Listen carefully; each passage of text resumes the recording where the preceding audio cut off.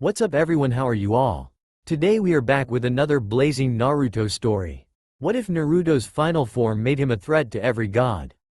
If you enjoy then please like, share and do comments.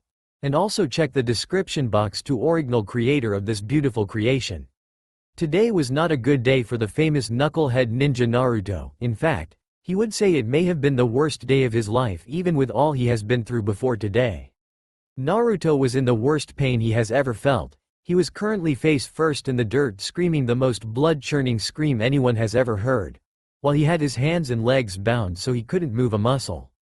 While Naruto was screaming, a blue aura was around him while a thin red line flowing out of his mouth in globs and floating up to the open mouth of a huge humanoid statue with its hands held in front of it with huge metal cuffs on its wrists with a metal chain connecting the wrists.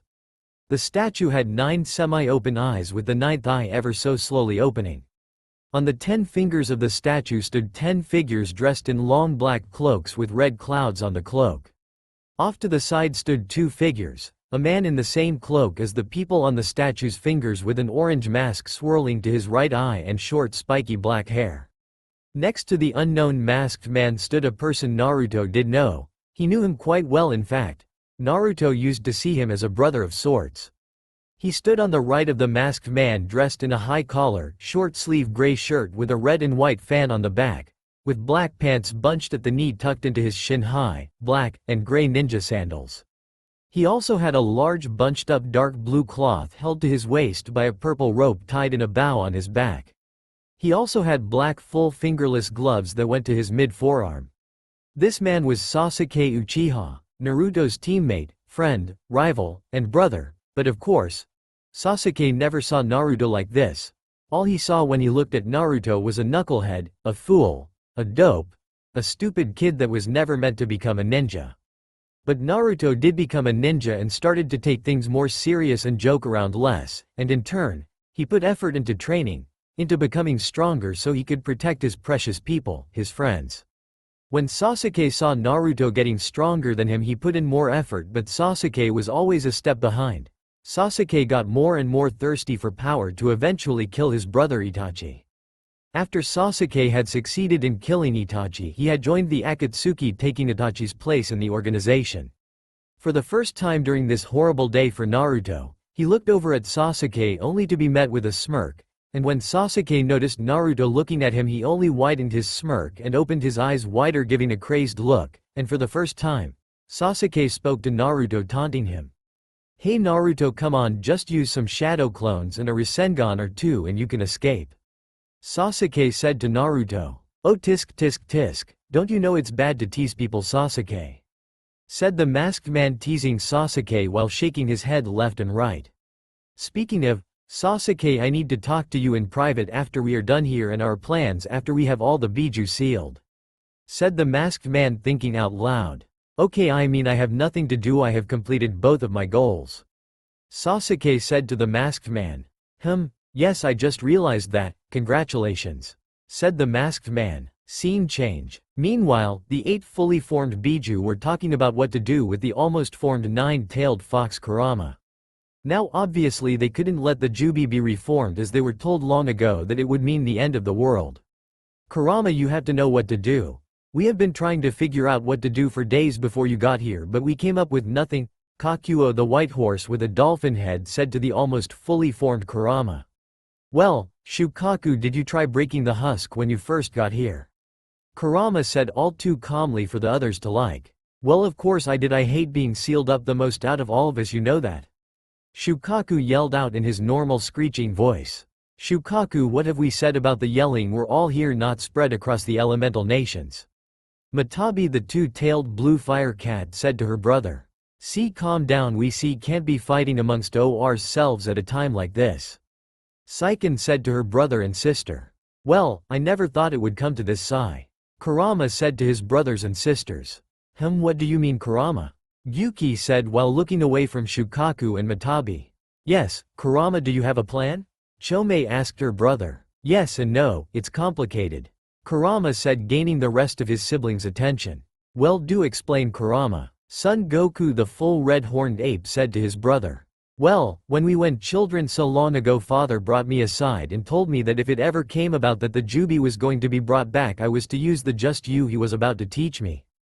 Kurama said, shocking his siblings. We'll use it already and let's get out of here and party. Shukaku said, yelling again. Yes, let us get out of here. The Kurama. Isobu said to his brother. Well, it's complicated. It is technically a reverse sealing technique to prevent Jubi being brought back, but I don't know what will happen when I do finally use it. Kurama said, causing his siblings to get a bit nervous. Kurama, if you were taught this just you by father, then nothing bad will happen and I'm sure everything will be okay. Kakuo said, trying to calm Kurama. Yes, I guess you are right, but still, just in case, let's just say goodbye just to make sure we have no regrets if it doesn't work out. Kurama said. Alright, see you all on the outside I guess, and sorry for the yelling.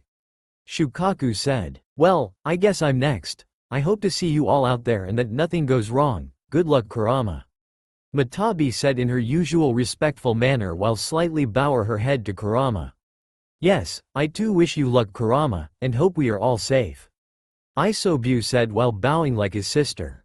I am sure that if father created this and taught it to you personally, it will not fail. Let's just hope we do not end up enslaved to the humans again.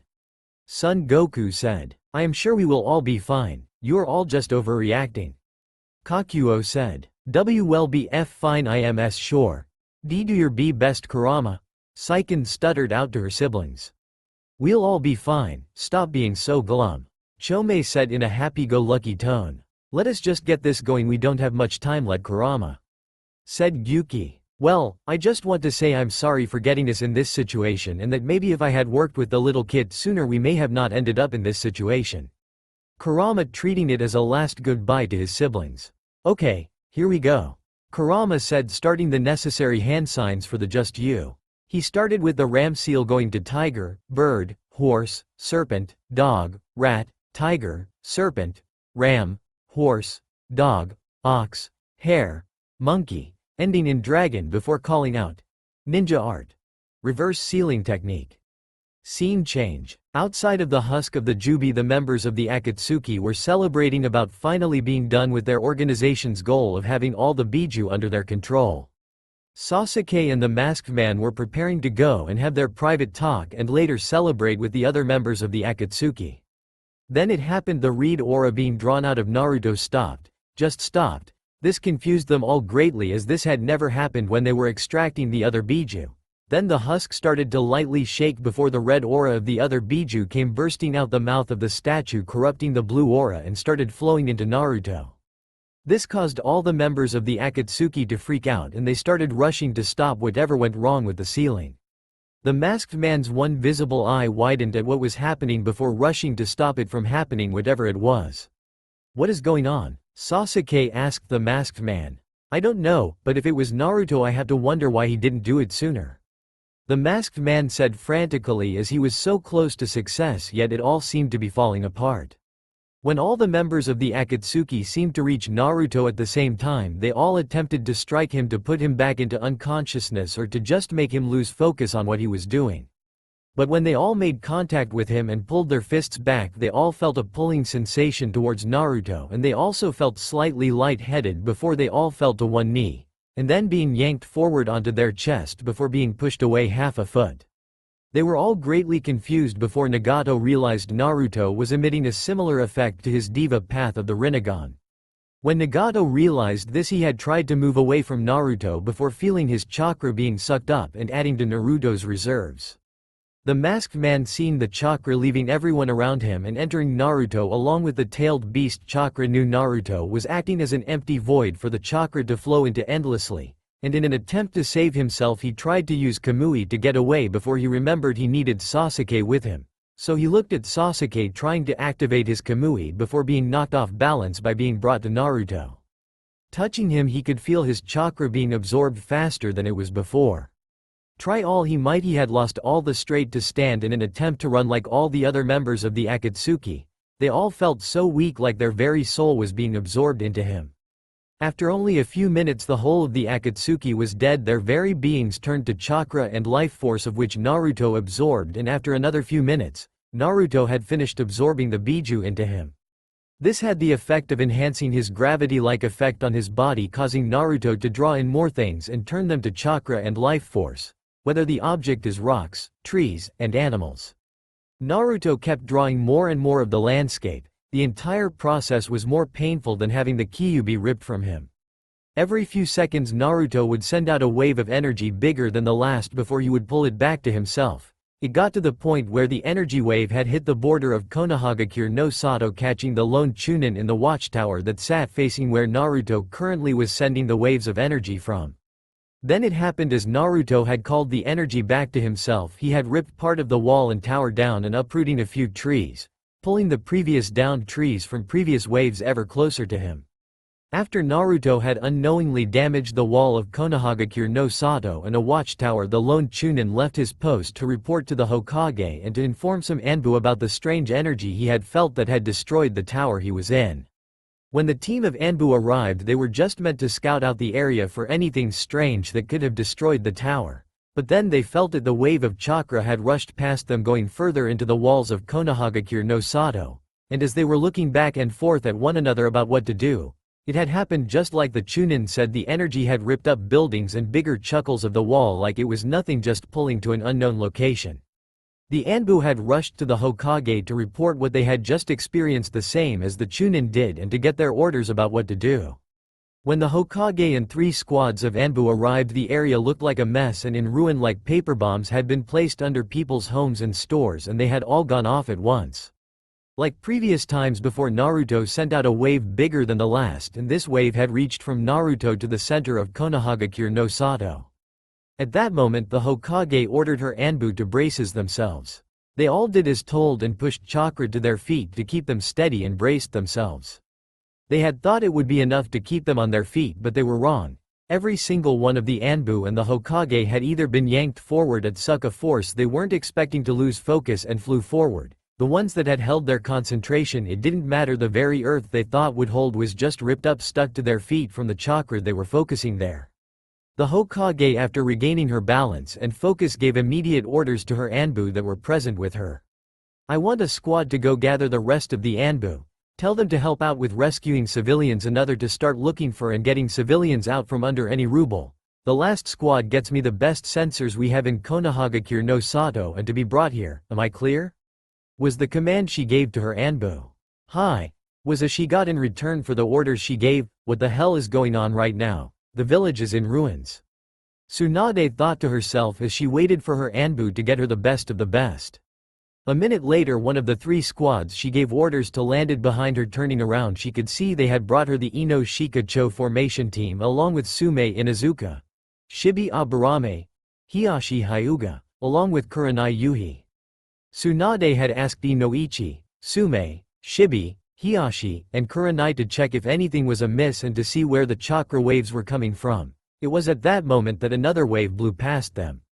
This new wave reaching to the other side of the village and out past the walls. Everyone brace yourselves, Tsunade had said to everyone present. Brace themselves they did, but it did not matter in the end. In less than 10 minutes the whole of Konohagakure no Sato had been destroyed, laid to waste, and left in ruin by an unknown force.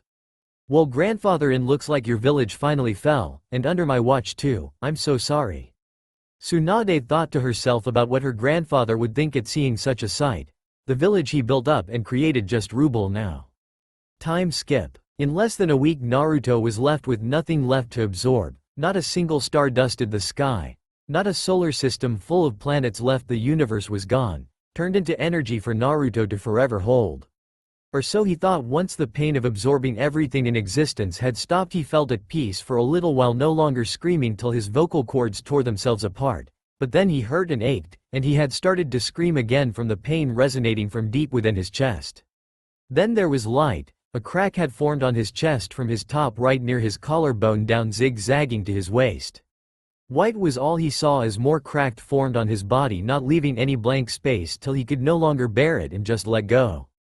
Blackness, that was all he could see, if you could call it that. He didn't know whether he had his eyes opened or closed. Was he looking up or down, left or right? He had no clue at all. All that he knew was he could feel it, sense it, all the energy he had built up. That all he could feel. He could not reach out and touch it, but he knew it was there, he just knew it was. Naruto had started to try and pull the energy back to him, to recollect what was his now, but once it got to him it would shoot past or stay near him but not coming to him until it had finally clicked with him. The reason he could not see and touch things, the way his energy would not come to his being, was because he had no being at all, he had no body. As Naruto thought this, another thought came to mind. How was he thinking if he had no mind to think with? He had just confused himself, but that did not matter at the moment. What did matter was how he was going to get a body. He knew there were no people or bodies in this dark empty space, but as he thought about it he had all he needed to make a body. Yes, that's what he would do. Why hadn't he thought of it sooner? He had all the energy he would need to make a body with extra energy to spare. And so he began to think about what he would want before he would start, just to make sure he didn't mess it up. He had learned his lesson about not thinking and running into things headfirst and blindly trusting people. It could end up bad, plain and simple. As he thought about the basics, he began to really think about the basics, like bigger and denser bones so they won't break as easily as they had before. That would be a good base to start with. He would add onto it from there. When he finally began, he put much thought into the process until he thought it was the best he could make it, like denser bones that somehow weighed less than they should. After he was done with his skeleton, he began on his muscles and internal organs, making his muscles bigger and denser than they had ever been before, yet still, they were way lighter than they should be for how dense he had made them. He made his organs harder to pierce. Someone would need a blade of the sharpest and hardest metal anyone could produce just to leave a scratch. He had planned to do the same for his skin but decided to do the same for inside his body as well. Now was the next thing, his eyes. He had planned to give himself the Sharingan, but he felt a much more powerful energy that the Sharingan could ever produce. Of course, at first, he thought it might have been the Byakugan, or maybe the Rinnegan arrow Sensei had told him about, but he just felt off in assuming it could be one or the other, so he just put the more powerful energy in the shape of his old eyes and keeping them the shade of blue they always were. Some would say they are like a never-ending ocean you can get lost in with just a glance.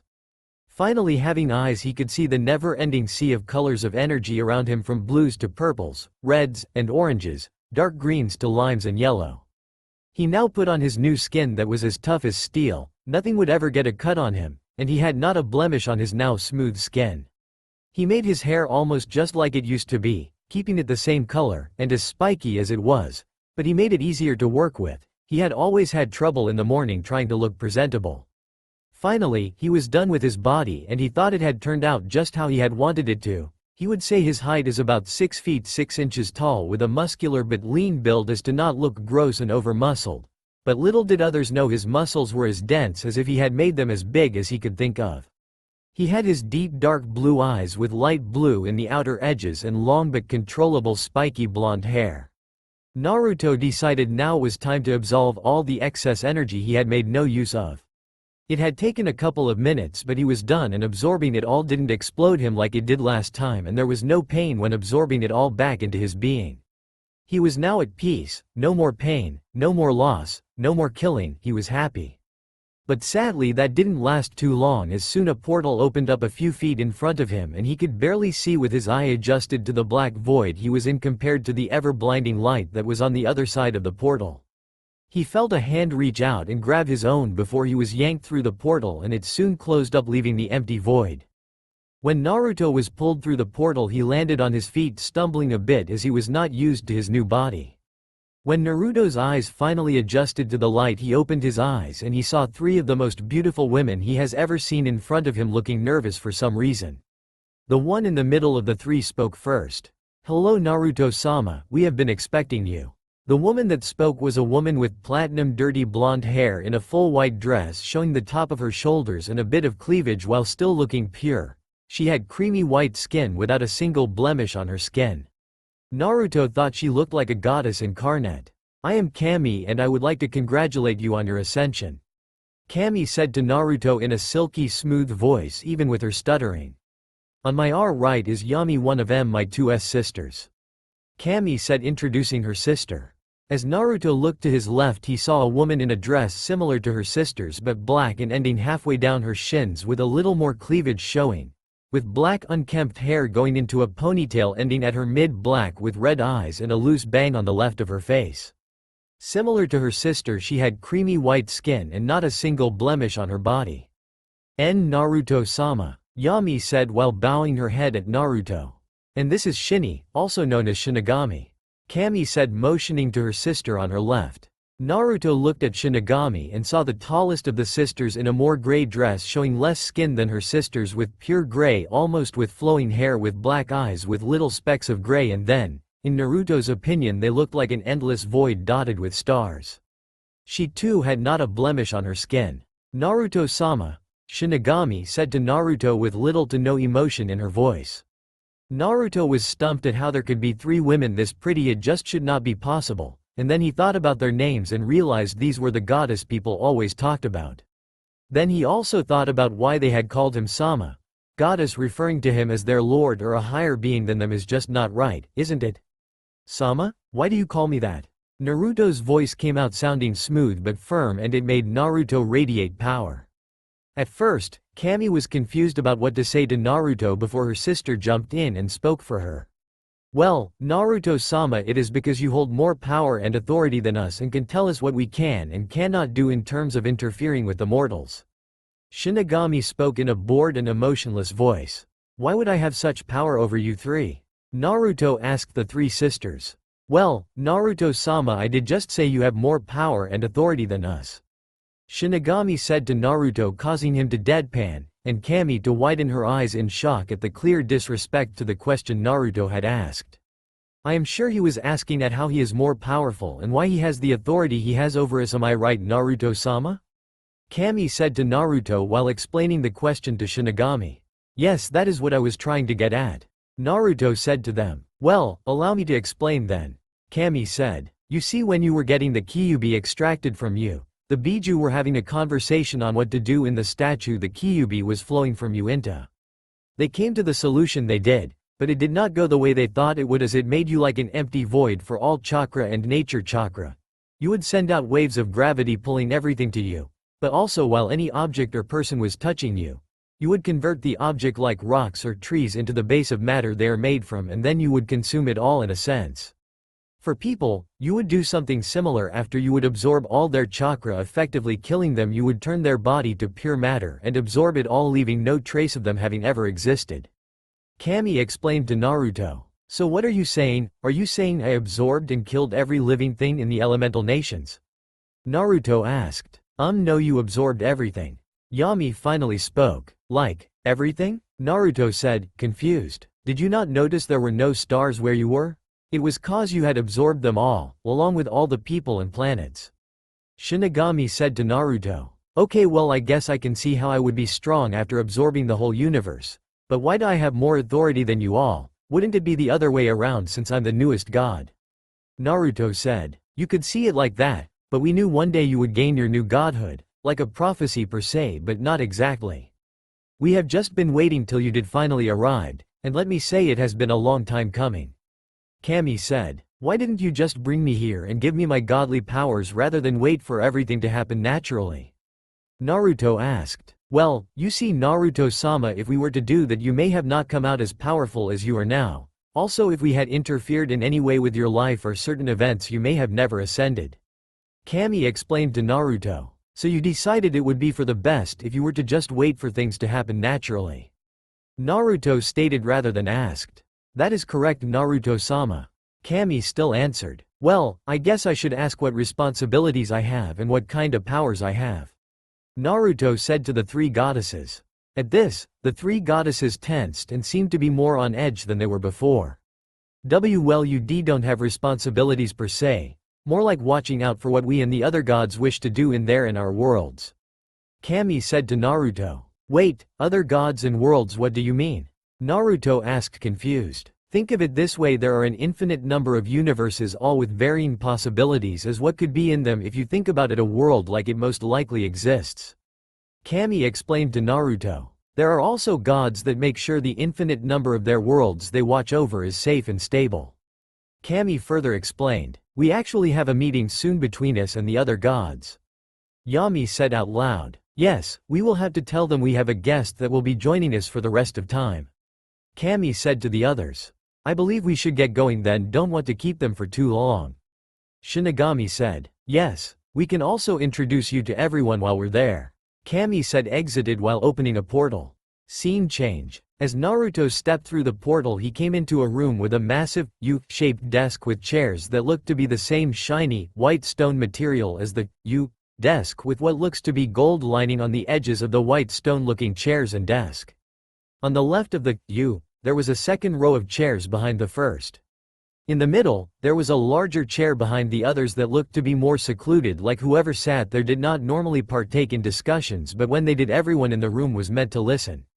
As Naruto looked to his right, he saw 5 men. The one on the right was a taller man than most, standing a 6 feet, with back-spiked hair and pale skin and tired, droopy, black eyes, dressed in a black sleeveless robe that had tears and ripes at the bottom of the robe, with black sandals on his feet. The next man was a man a little taller than the last, standing at 6 feet 2 inches, with long curly white hair, with a long curly white beard and tanner skin than the last man, with more lively, sapphire blue eyes, dressed in a clean, elegant white sleeveless robe with light brown sandals on. The third and final man was the shortest, standing at 5 feet 11 inches, with short curly brown hair with a light stubble, and was the tannest of the men, with blue-green eyes, dressed in a full copper chest plate and back, like this, with a multitude of separate leather lengths like a skirt, like this, while wearing leather sandals that wrapped up to his knees, like this, with a 3-pronged trident in his right hand propped up on the ground on a pointed tip. The 3 men to Naruto looked like any normal man you would see, but the next 2 Naruto found strange, and what was strange about them was the fact they had animal heads for heads instead of human heads. The first one of the 2 was standing at 6 feet 3 inches in full black, with the head of a jackal-wolf mix. He had a full gold headdress on his head that went down to his shoulders, with a gold necklace that had a thick gold ankh that went down to his chest, with a full gold skirt that stopped right above his knees. In his left hand was a staff that stood as tall as him, with a gold jackal-wolf head mix. In his right hand was a gold ankh on a necklace. On the back of his hip was a sheathed khopesh. The second of the 2 had the head of an owl, with alternating gold and dark blue headdress, with gold shoulder pads with blue highlights, with a gold disc surrounded by 2 snakes going to his left and right on his chest. On his wrists, he had gold and dark blue wrist protectors. On his lower half, he was wearing a long skirt with gold lining, with a circle of gold on the front of his hip. In his right hand, he had a gold staff with an eye of Ra on top. Seeing the 4 new arrivals enter via portal, the 5 on the right took their seats, with the 3 human-looking men on the right close to the end of the U. Then the 2 animal-looking men, then a 3-seat space and the larger seat behind the 3 Mon seats, with 5 more seats on the left side of the U desk, with 5 more slightly raised behind the first 5. The human-looking man with white hair and a white beard was eyeing Naruto with suspicion and a bit of unease. The man with black spiky hair seemed like he could care less at being here. The third man with short curly hair seemed to eye Naruto not with unease or suspicion but curiosity. Well, you sure kept us waiting," the man with white hair and beard said to the new arrivals. "Sorry to keep you all waiting, Zeus. We had to pick up a very special guest who will be joining us for the rest of time," Kami said to the occupants of the room. At this, the 2 animal head men paid more attention, along with the black spiky-haired man. "I would assume then that you are fairly new and it is maybe your first meeting. I would like to welcome you." "My name is Anubis," said the jackal-wolf mix man.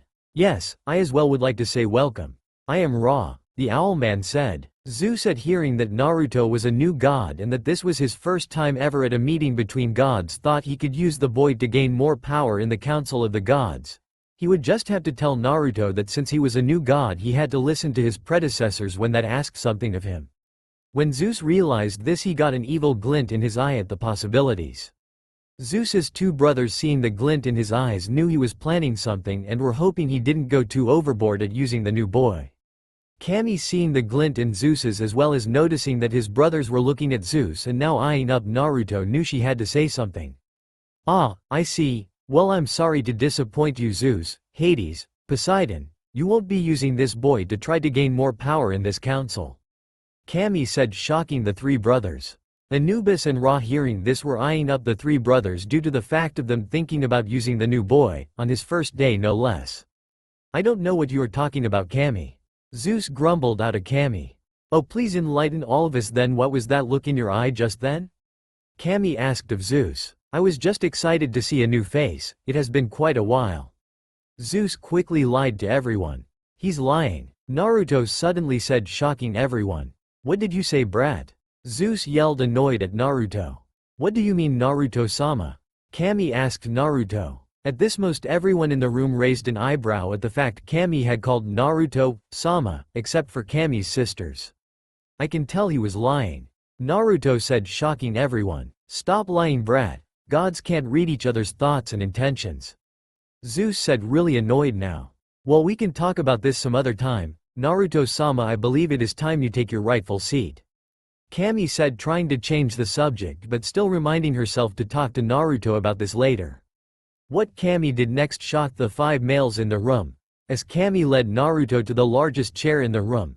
And when they arrived at the desk, Naruto just walked through it like it was any other material, when in fact it was created by the gods themselves and was one of the sturdiest things in all realms. But for him to just walk through it like it was air and sit at the seat only meant for a god that held the most power over the others could sit and tell the other gods what they could and could not do in all the realms. What are you doing? He is a fresh god and you let him sit there. Are you insane? Have you lost your mind? Maybe we sold strip you of your godly power and seat at this council for this. Zeus yelled out in utter anger at the fact a fresh and new god was at the seat of most power on day one, when he has been striving to get to that seat only to be denied it at every turn. Silence. If she is letting him sit there, then he is the one who is meant to be there. Do not overreact like that, it is not a good look for a god. Anubis said while looking over to Naruto while bowing his head a little. I am sorry for my outburst just now, my lord. Anubis said, raising his head from bowing in front of Naruto. Ra, seeing Anubis act like this, realized the gravity of the situation, decided it would be best to not piss off a new powerful god, gave Naruto a little bow. Zeus, now slightly seething at the fact Naruto seems to have acquired so much authority on his first official meeting even if everyone wasn't present. He had already lost so much power when the next meeting would come around. Zeus, I would heavily advise you to calm down before you make a big mistake you are going to heavily regret. Kami said, a heavy steel to her voice. At hearing this, her 2 sisters turned their attention back to Zeus and narrowed their eyes. Zeus was now seething while glaring at Naruto. Naruto was just blankly staring at Zeus, wondering why he could be so mad at him. Brother, for once I agree and think you should just calm down. Poseidon said to his seething brother. Yes, brother, maybe another time once you calm down. Hades said once and a few times, agreeing with one of his brothers. Fine. Another time we will pick this up, we are not done. Zeus said directly to Naruto before Kami had opened up a portal that led to Mount Olympus. After Zeus and his brothers had left, everyone looked expectantly at Naruto before looking to Kami before she spoke up. Well then, Anubis, Ra, I'm sorry you came for no reason, but it was just a minor meeting and nothing major was planned anyways. Sigh asterisk. Kami had said, sounding exhausted. Do not trouble yourself. I am sure the others would love to hear about what happened at the meeting they decided to skip, and I can't wait to tell them about which seat was filled in their abstinence. Anubis said, sounding a little joyful. Yes, well, tell the others I said hello and I hope their duties go well. Kami said to the now leaving Anubis and Ra. I do hope the next time we see you it is under better circumstances. Anubis said to Naruto with a little bow before walking through the portal home. Ra doing the same, giving a slight bow before going through the portal. Kami, Yami, and Shinigami turned their attention back to Naruto, who turned to them looking bored with his head in his hand before giving a yawn. I thought I was going to get an adrenaline spike from a good fight, but you had to ruin my fun, oh well. Naruto said, bored at the way events turned out. Sorry to disappoint you, but we don't want you to die in your first month of being a god, especially from someone like Zeus.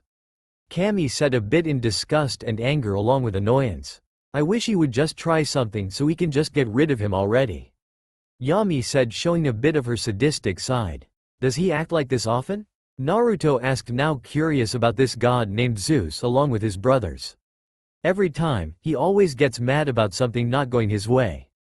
Shinigami said with a little smile coming to her normally stoic face.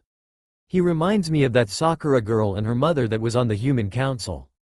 Ha, you're right, Shinny-chan, he gets just as mad and annoying as they used to. Yami said with a little chuckle. Moving on, I would like to ask you all something. Naruto said to the 3 sisters.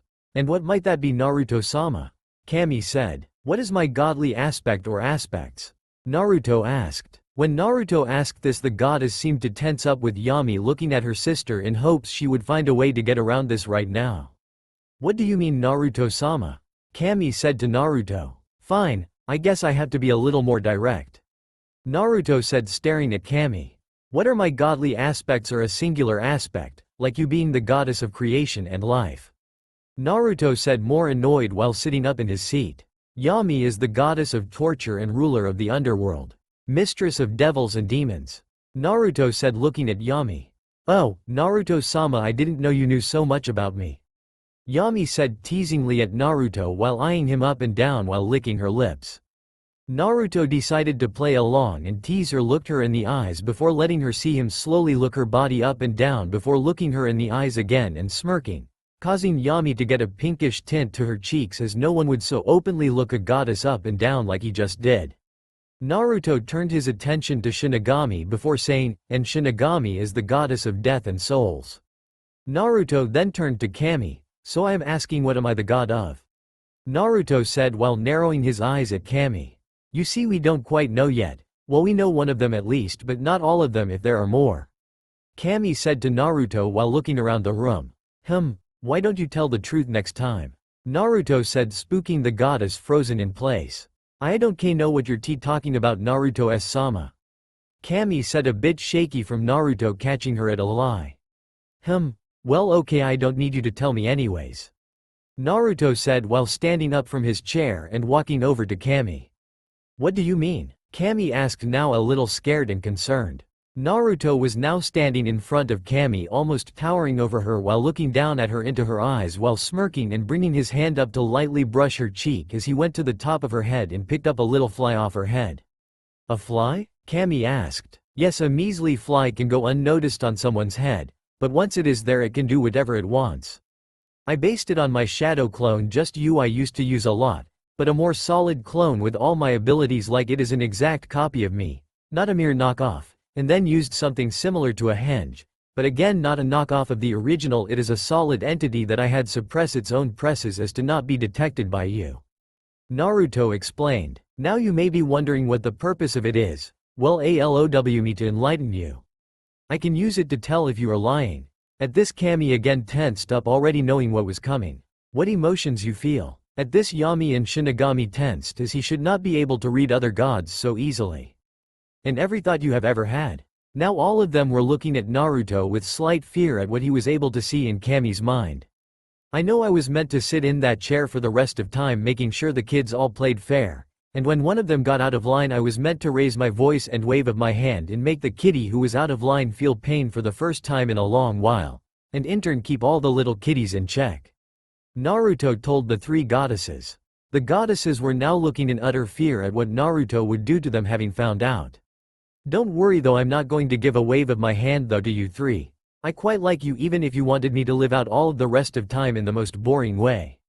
Naruto said while rolling his eyes in boredom. I just want to have some fun. Is that too much to ask? Naruto said, getting excited. Like what? Yami asked. Let me ask the same to you. What do you do for fun? I bet you go and torture some evil souls in the underworld, am I right? Naruto asked. Great, let me just say I would like to relive some stress, a full 17 years of stress. Now is it okay for me to do that, or do I have to do a little wave of my hand to make it so you cease existing? Naruto said while lifting his left hand for emphasis. I don't think that will be necessary, Naruto-sama. Kami said shakily. But if I may ask, what will you do?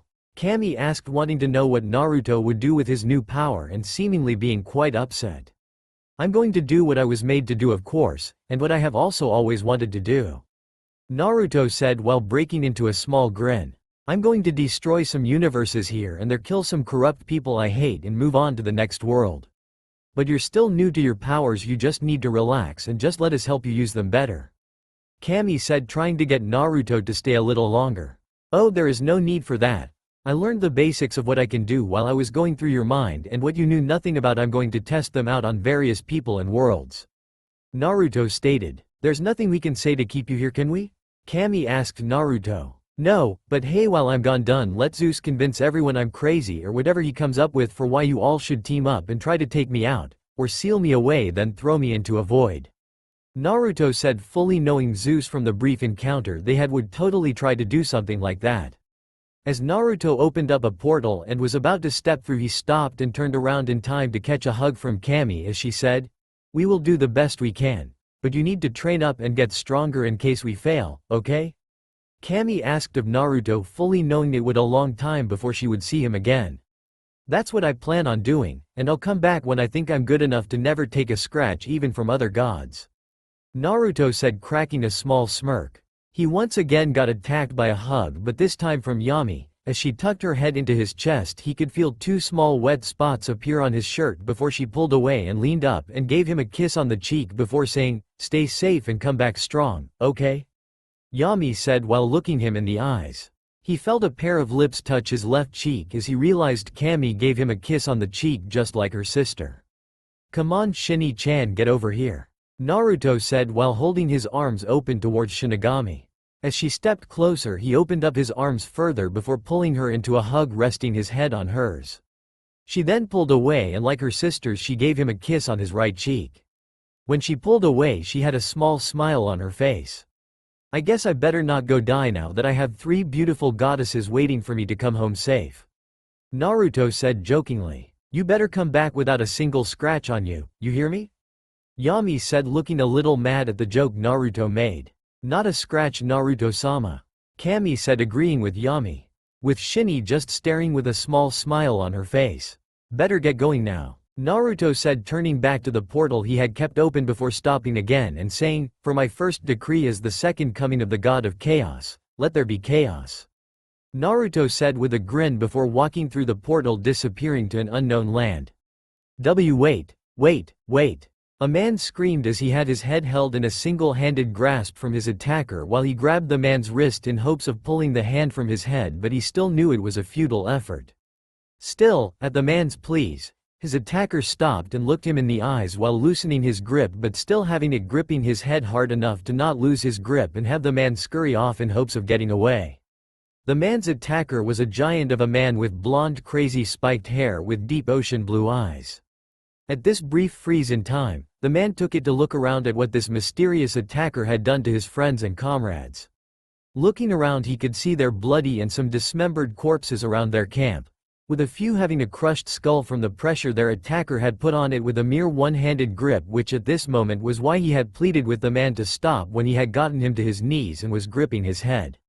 This was finally when the attacker had spoken to him for the first time. "And why should I spare you?" The man's voice came out deep and firm. "Please, I'll do anything, just please let me live. I'm not ready to die yet," the man pleaded in hope of living to see another day. "I will spare you if you leave immediately and stop being a thug and actually become a decent person," Naruto said to the man in his grip. "Yes, of course, I'll leave right away," the man quickly said while sighing in relief that he had gotten out of dying for one more day. As Naruto let go of the man's head, he took a step back, letting the man get to his feet, who still had to look up to him while standing at full height, which helped to intimidate the man further. The man quickly ran out of the clearing which had been home to him and his comrades' camp, but it was now laid to waste and had his comrades' bodies all over the place. Naruto, looking around the area, seemed to sink back into his bored state. No one in any world could give him much of a challenge even when he holds back so much. Sure, he got to test new powers every now and then and perfect them, and that was always fun, but when he got done with the intensity of battle, he just got bored again. Naruto was brought out of his thoughts as he had detected movement coming closer to him from multiple sources which seemed to be moving at high shinobi speed, which meant it wasn't more of the bandits that belonged to the camp he just wiped out. Deciding to see what they had wanted and also to see if he could have another battle, he waited in the middle of the clearing in the middle of the camp, sitting on 2 bodies he had stacked up to make a nice seat while he waited. After about another minute or two, Naruto knew they were around him in the trees. They seemed to be trying to stalk their prey, all the while Naruto was getting more and more bored with each passing second until finally, he broke and just said, "Okay, can you just come out now? I know there are 4 around me in the trees. And I presume you're a squad of shinobi, but if your goal was to bore me to death, it's working." Naruto's voice rang out in the clearing, shocking the shinobi in the trees, who all thought they were suppressing their chakra to be undetectable. The 4 shinobi all appeared in front of Naruto 10 or so feet away, looking completely unfazed with all the blood and bodies around them. though Noro couldn't quite tell as they all had their normal Anbu masks on covering their faces, all dressed in standard Anbu gear. The Anbu in the Inu, dog, mask spoke up. Did you do this to these men? I would hardly call them men for what they had done in their raids of small villages, but yeah, I did this to them. Naruto's deep voice rang out at the Anbu. What village are you from? I would assume Konohagakure no Sato due to the close proximity. Naruto asked the Anbu. That is correct, we were sent to gather intel on the camp and anyone here before performing a night raid and take anything useful, but you seem to have done that for us. The Inu Anbu said, no emotion present in his voice. At this, Naruto looked over the squad one by one, the first being the apparent squad leader and Anbu wearing the Inu mask. The man seemed to carry himself well and seemed to trust his comrades. The next was an Anbu wearing a Kuma, bear, mask. He was bigger than the squad leader and seemed pretty strong if Naruto referred to the size of his arms. The third member of the squad was an Anbu wearing a Neko, cat-like mask and was about the same height as the squad leader. The last Anbu was wearing a Keiru, frog-like mask and was a woman and was shorter than her teammates. As Naruto stood up, they could now see that this would turn bad if he would decide to attack them, as he was taller than their comrade Kuma and seemed to have a well-defined form to him. If he was at all a skilled shinobi like the bodies around them said, they might have some trouble. While Naruto was stretching while he stood up, he said, well, I'm bored, wanna fight? At this, the Anbu stiffened and looked to their squad leader for what to do. I see no need for that. We will grab what we need and leave. There is no need to cause unnecessary bloodshed. The Inu Anbu stated, you are right, but you see, I'm kinda bored. No one seems to give me a challenge, so I thought some Anbu would at least give me a little adrenaline boost. Naruto told the Anbu. At this statement, the Kuma Anbu was getting annoyed. This was supposed to be a chill mission with no trouble, but still, some fun and action. And suddenly when they get here, their mission seems to be cancelled as their objective is already wiped out, and now the one who did it seems to want to fight them for no reason. Come on, why don't we just take him out and maybe when we get back we get a pay boost for his entry in the bingo book if there is one. Kuma said to his team. Kuma, you are always looking for a fight and getting hurt. This mission was meant to let you recuperate from your last injury while still doing some work. But now you want to fight an unknown assailant who could hurt you worse than last time. The Keiru Anbu said to her teammate. It won't be that bad. What's one guy against a squad of Anbu like us? Kuma said arrogantly. Kuma, I think it would be best for us to listen to what Neko says and just grab what we need and go. The Neko Anbu said, adding to the conversation. Deciding to provoke a fight out of them for some fun, Naruto created a kunai out of thin air behind his right leg with no flashy movement to give him away. And then he threw it at the Kuma Anbu. Not to kill of course, but just to scratch him on his mask, leaving a visible mark. When the kunai went past them, they all looked at Naruto to see him just standing there watching them.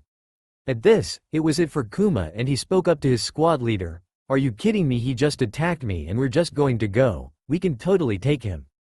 All he did was take care of some bandits which aren't really skilled shinobi. Fine, but if I call it, we are pulling out and heading back to the village. Inu said to his squad. Heck yeah, Kuma said while running at Naruto with Neko pulling out 3 kunai and throwing them at Naruto. To which when the first kunai reached him, he put his pointer finger through the hole at the end of the kunai, before letting it spin on his finger before stopping it and using it to deflect the other 2 kunai. He then threw the one in his head back at Neko, who had to pull out another kunai to block his own he just threw. When Kuma reached Naruto, he threw a chakra-enhanced punch at Naruto, who just leaned to his left while grabbing Kuma's wrist and pulling him past himself and then punching Kuma in his elbow with a sicking crack and a scream from Kuma. Naruto then yanked Kuma back to him, dislocating Kuma's right arm, then elbowing him in the face, knocking him on his back, grabbing his now broken and dislocated arm. Neko and Inu, seeing their teammate go down, threw kunai in between Naruto and Kuma to drive him back a bit. Naruto took 3 steps back and leaned back to dodge the kunai. As Naruto stood back up, he saw Neko and Inu running at him with kunai in hand.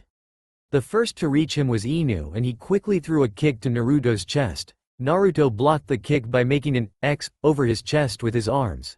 He then quickly grabbed Inu's leg with his right hand and blocking the kunai swipe from Inu's right hand with his left.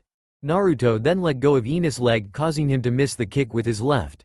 Naruto then gave him a kick to his unguarded chest, launching him back near Kuma. At this point, while looking at Ines down form for the split second he could see the Keiru mask Anbu near Kuma using some medical jutsu fixing him up. Neko had now reached Naruto and did 2 quick swipes with his kunai before doing a quick thrust at Naruto's heart in an attempt to end the fight quickly, clearly affected by his emotions, Naruto noted. But he did not reach his target as Naruto grabbed his wrist to stop him and gave a squeeze, making him drop the kunai and a fast punch to his stomach, knocking the air out of his lungs, then grabbing the kunai before it hit the floor. Then Naruto stuck it in Neko's right thigh. Hearing his squad member scream in pain, Inu looked up and shook off his dizziness to see his squad member get a strong right uppercut to the jaw and fall back unconscious. Looking at Kuma and then Keiru and back to Naruto, stealing his reserve and standing up in a rush and running at Naruto to finish the fight and mission and get back to Konohagakure no Sato after what was supposed to be a simple relaxed mission.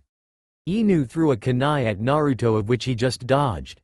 Then Inu threw 2 shurikens on either side of Naruto, which Naruto didn't dodge, thinking he was still dizzy from their previous encounter, but with a quick pull of ninja wire that was on the shuriken making them wrap around Naruto. Inu ran at Naruto at high speeds while doing hand signs, and lightning started to crackle around his right hand while he had his left hand around his right wrist. As he was getting closer, Naruto was now intrigued and slightly angry because he has only known one person to be able to do a lightning jutsu like the one he was seeing fast approaching him. Inu now had his right hand stretched out, and right as Ines' hand was about to reach Naruto's heart, Naruto could see a slight red glint in Ines' left eye. Inu, with his right hand now going through Naruto, looked up to meet his gaze to see his now lifeless eyes and feel his body going limp before he pulled his hand free and let his team's attacker fall to the floor with a hole through his chest where his heart should be. Walking over to his teammates Keiru and Kuma, limping with slight exhaustion and pain. "Is he down for good, Inu?" asked Keiru while still fixing up Kuma and looking over at Inu, then the body of Naruto. "Yes, he is down for good. I got him with a Chidori," Inu said to his teammate. "Well, drag Neko over here, I'll patch you all up before we head back," Keiru said to Inu. "I'll go wake him up. Man, this was supposed to be an easy mission too," Inu said, looking over at Neko's downed form and then Naruto's downed form and saw a small blood puddle around him. As Inu looked back at his teammate, he heard a small crunch like what you would hear when walking on a gravel road, and then he felt 2 lit taps on his right shoulder. As he looked over, he saw a brief image of yellow before he was hit in the face with such force it put a small crack in his mask, and he was falling over before he was stopped by his attacker grabbing the collar of his shirt. He then looked up, still trying to catch his bearings while raising his hands in defense, but was too slow as he got another hard hit to the face, cracking his mask further and making his body limper. Again he tried to bring his hands up in defense, but they wouldn't move before he looked up again, only to be met with another punch, fully cracking his mask down the center and having the 2 halves fall either side of his now limp body. Ines, now exposed, slightly bloody face with barely open eyes, was looking up at Naruto as he slowly drew back his fist again and slammed down his fist into Ines' face, breaking his nose and knocking him out for good. Again he drew his fist back quicker than his last punch and launched another hard hitter of a punch at his face, breaking his nose further. Again he pulled his fist back, throwing a faster punch, and then drew his fist back again, launching another punch, then another, then another, then another, in the process fully breaking Inu's nose and shattering the left side of his jaw. Ines' body now lay on the floor at Naruto's feet, with Naruto looking down with a blank look on his face, tilting his head from right to the left and saying in a whisper so only he could hear, "Who knows, in this world you might have been a nice guy." Naruto then slowly walked over to Keiru, who had just watched in shock at the supposed dead man beating the shit one of the ANBU's best. As she looked over at where Naruto's body should be, she saw that it was still there, and then she looked back at the Naruto standing above her teammate and saw that he was now looking at her. She then looked back to the supposed body, before back to the one watching her. Naruto followed her gaze to his body, and then back to her, and he spoke, "You must be wondering how I can be alive yet have my body not 20 feet away at the same time." "Why, yes, I am quite confused," stated Keiru, still trying to catch her bearings. "Well, I guess I could show you. It is one of my tricks I'm more proud of," Naruto said to Keiru. When the mysterious man said this, she was a bit confused and intrigued at what he meant by tricks. As the man motioned over to his body, she hesitantly looked away from him to his body, and she looked at it, examining it before suddenly moved by having its right hand go out to the right of its body and pushing up and raising its head to look Kaoru right in the eyes like it was staring into the depths of her very soul with the blankest look on its face. It then moved its other hand and its left leg till it was kneeling and slowly stood up, all the while staring at her. When fully standing, Kaoru could see the hole in Naruto's chest, and the second Naruto started walking over to Kaoru and where the other Naruto were. As the Naruto with the hole in his chest reached Naruto and Kaoru, he just stared at Kaoru. She got more and more freaked out at how he was still alive with the gaping hole in his chest, and finally, the one with a hole in his chest walked over to the one without and held out its hand. The Naruto without a hole in his chest looked over to the other him and gripped his forearm, and the other him doing the same. The Naruto with the hole in his chest slowly turned into a sand, dust-like material still holding the colors of his clothes and hair, and started flowing into the original till the second was completely gone. The now whole Naruto looked over to Kaoru and said, "It isn't a jutsu in case that is what you were thinking." While Naruto was saying this, Kaoru was just gaping at what she had just seen, a supposed dead body, getting up and walking over to a copy of itself and getting absorbed. Then what was that? Kaoru asked. "Well, I can't tell you, mainly cause I don't want to, but also cause if I did you would have realized you all never stood a chance of winning this short battle. But don't worry, I'm not going to kill you all. No, I want you to heal them up and drag them back to Konoha and tell whoever is Hokage of what happened here and how easily I took you all down." Naruto said to Kaoru, who was relieved that her friends and squad mates weren't going to die today. "But of course I am going to ask you some questions of my own and maybe answer a few of your I can answer, okay?"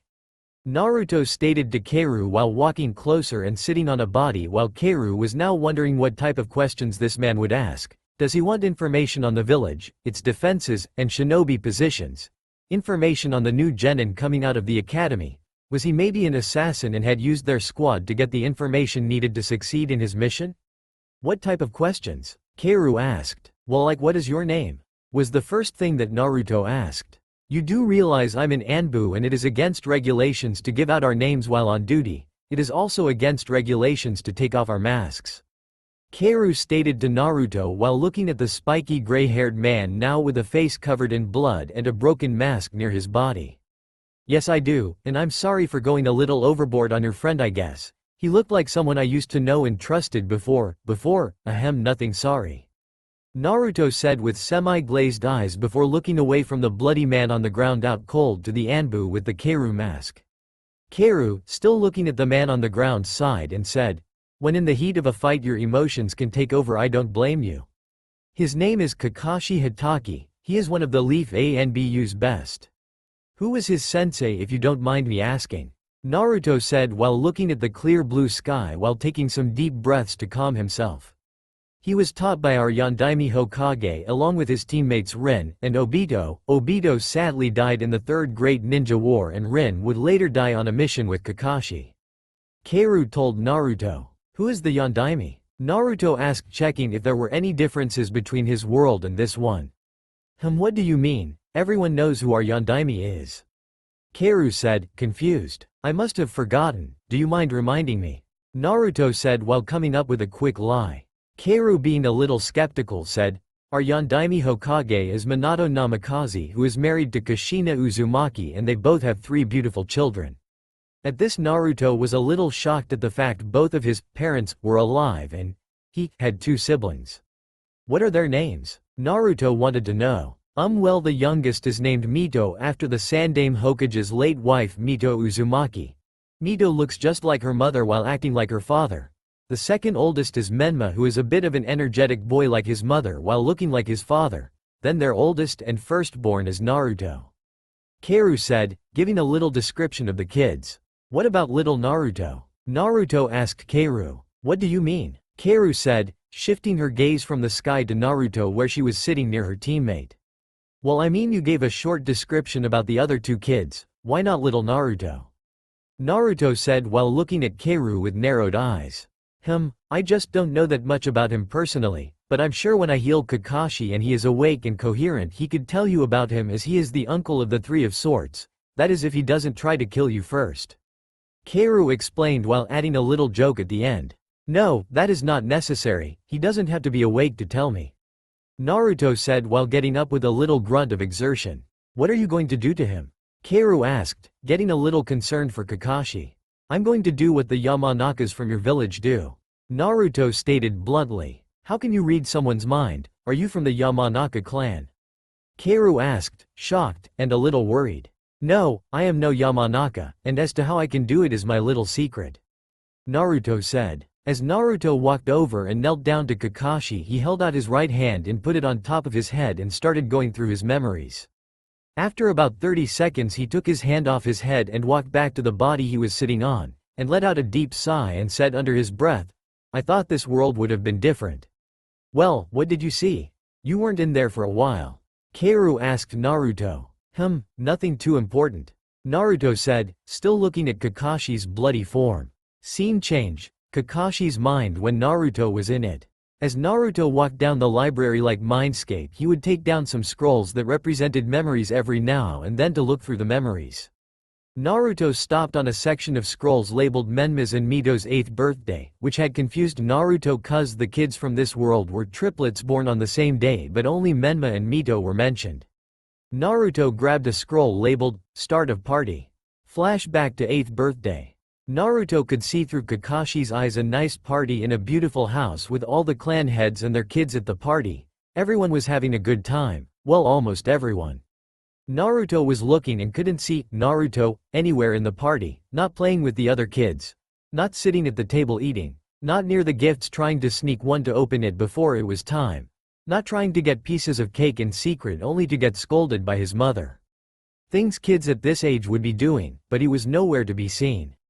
That was when Naruto had seen him in the background when Kakashi was speaking to Minato sitting on the stairs looking sad and depressed, and when the time came for the birthday kids to open their presents there weren't any for Naruto. Everyone had forgotten to get him a gift, but at this, he didn't seem shocked at all and it seemed like he was expecting something like this.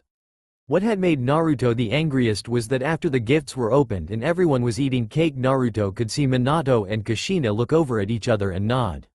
Minato then placed his cake down and said, Everyone, Kushina and I have an announcement to make. He then looked around the room making sure everyone was paying attention, then looking from Menma and Mito back to the crowd and saying, We are making Menma the head of the Namikaze clan when he comes of age. Kushina then continued, We are also making Mito the head of the Uzumaki clan when she too comes of age to run the clan. Since Naruto was the oldest, he should have been the heir to both clans, but his parents had just abandoned him in a sense and stripped him of his clan heir status. The other kids were glad their friends got such a cool gift for their birthday, and the adults were glad that their kids still had more friends that were other clan heirs. This world's Naruto just watched everyone go about their socializing with a look of shock mixed with sadness before he had eventually got up and walked upstairs to his room, which nobody caught, and just went about their business like Naruto had never been there. Scene change back to the library. After watching the memory he had a general idea of how this world's Naruto was treated by his family and others. He continued to walk deeper into the mindscape in hopes of finding out why this world's Naruto was treated as an outcast until he was a decent way in and he came across a memory labeled, After Kyuubi Attack. And he was sure he would find his answers in here. He pulled it out and unraveled it before he started watching. Scene change, Hokage's office.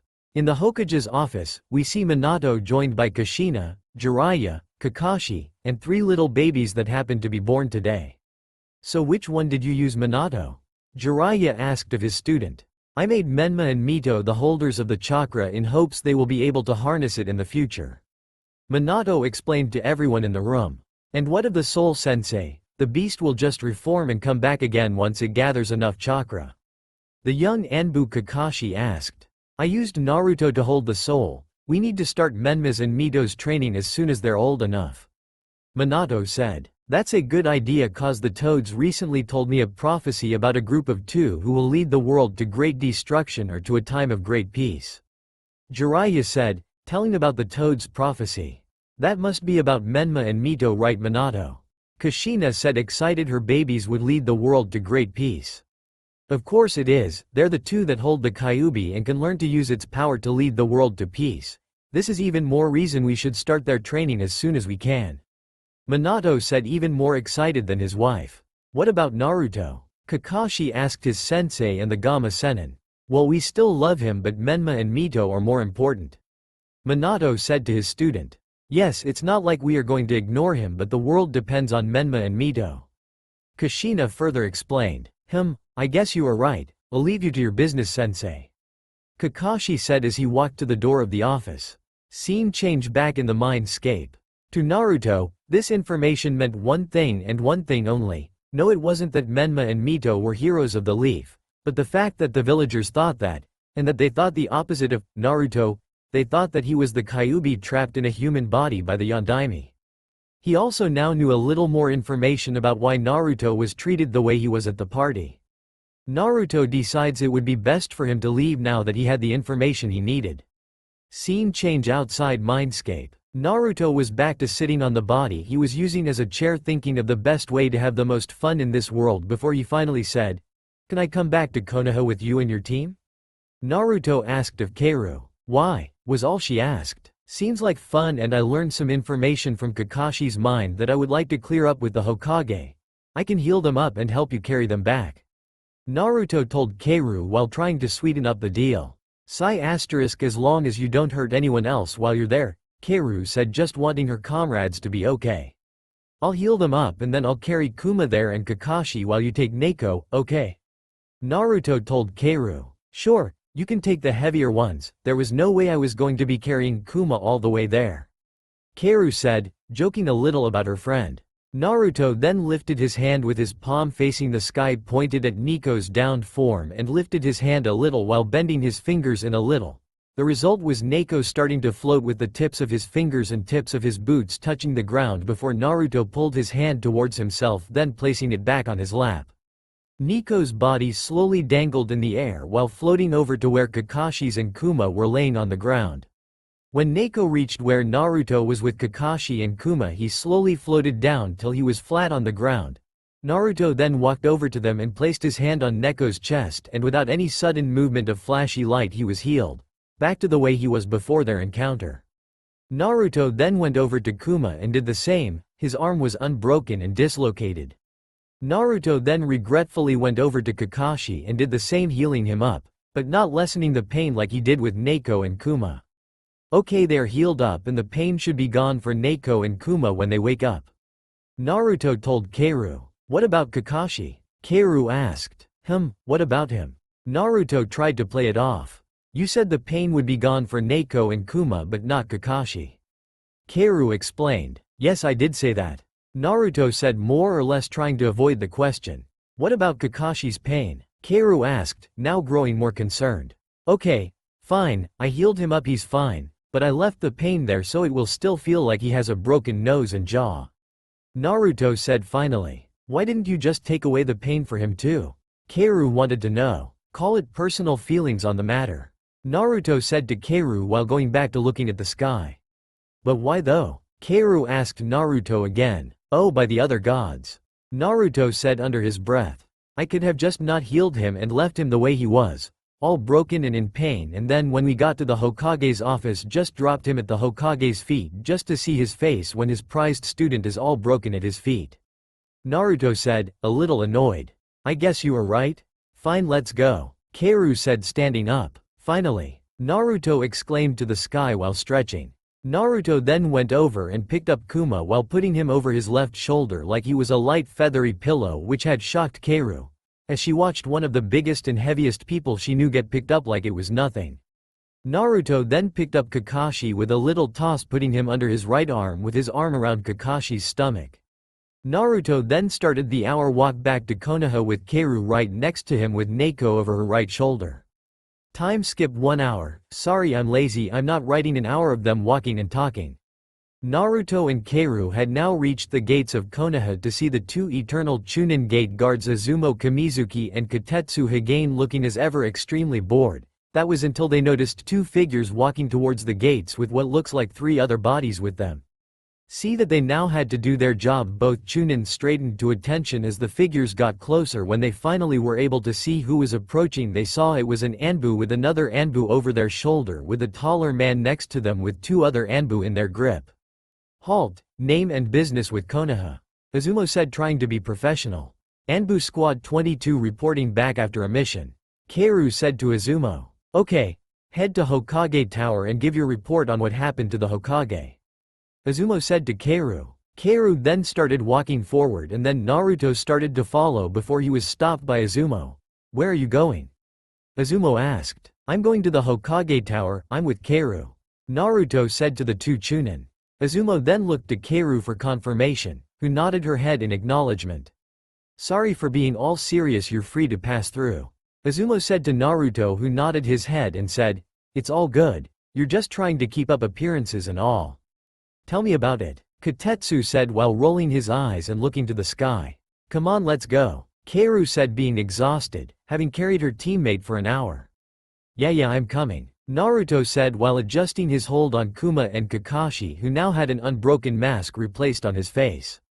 After walking for a couple of seconds, Naruto looked over his shoulder and said, later Izumo. Kotetsu, see you around sometime. Who both looked at the retreating form of Naruto and gave a little wave. After a little bit of time, Kotetsu looked over at Izumo and said, hey, did you give our names to that guy? Izumo, who was looking at the sky, said, no, why? And Kotetsu said, then how did he know our names? Izumo, who had now looked over at his friend and partner, just shrugged and said, maybe we're famous or something. While going back to looking at the sky. Kotetsu didn't believe him, but oh well, what could he do? Yeah, right. He said with a little snort-like laugh. Scene changed back with Naruto and Keiru Hokage Tower. Naruto and Keiru were now outside the Hokage Tower and were making their way inside, and made their way up the stairs to the Hokage's office, and Keiru stopped in front of the door to the office and gave 2 light knocks before they heard a soft come in.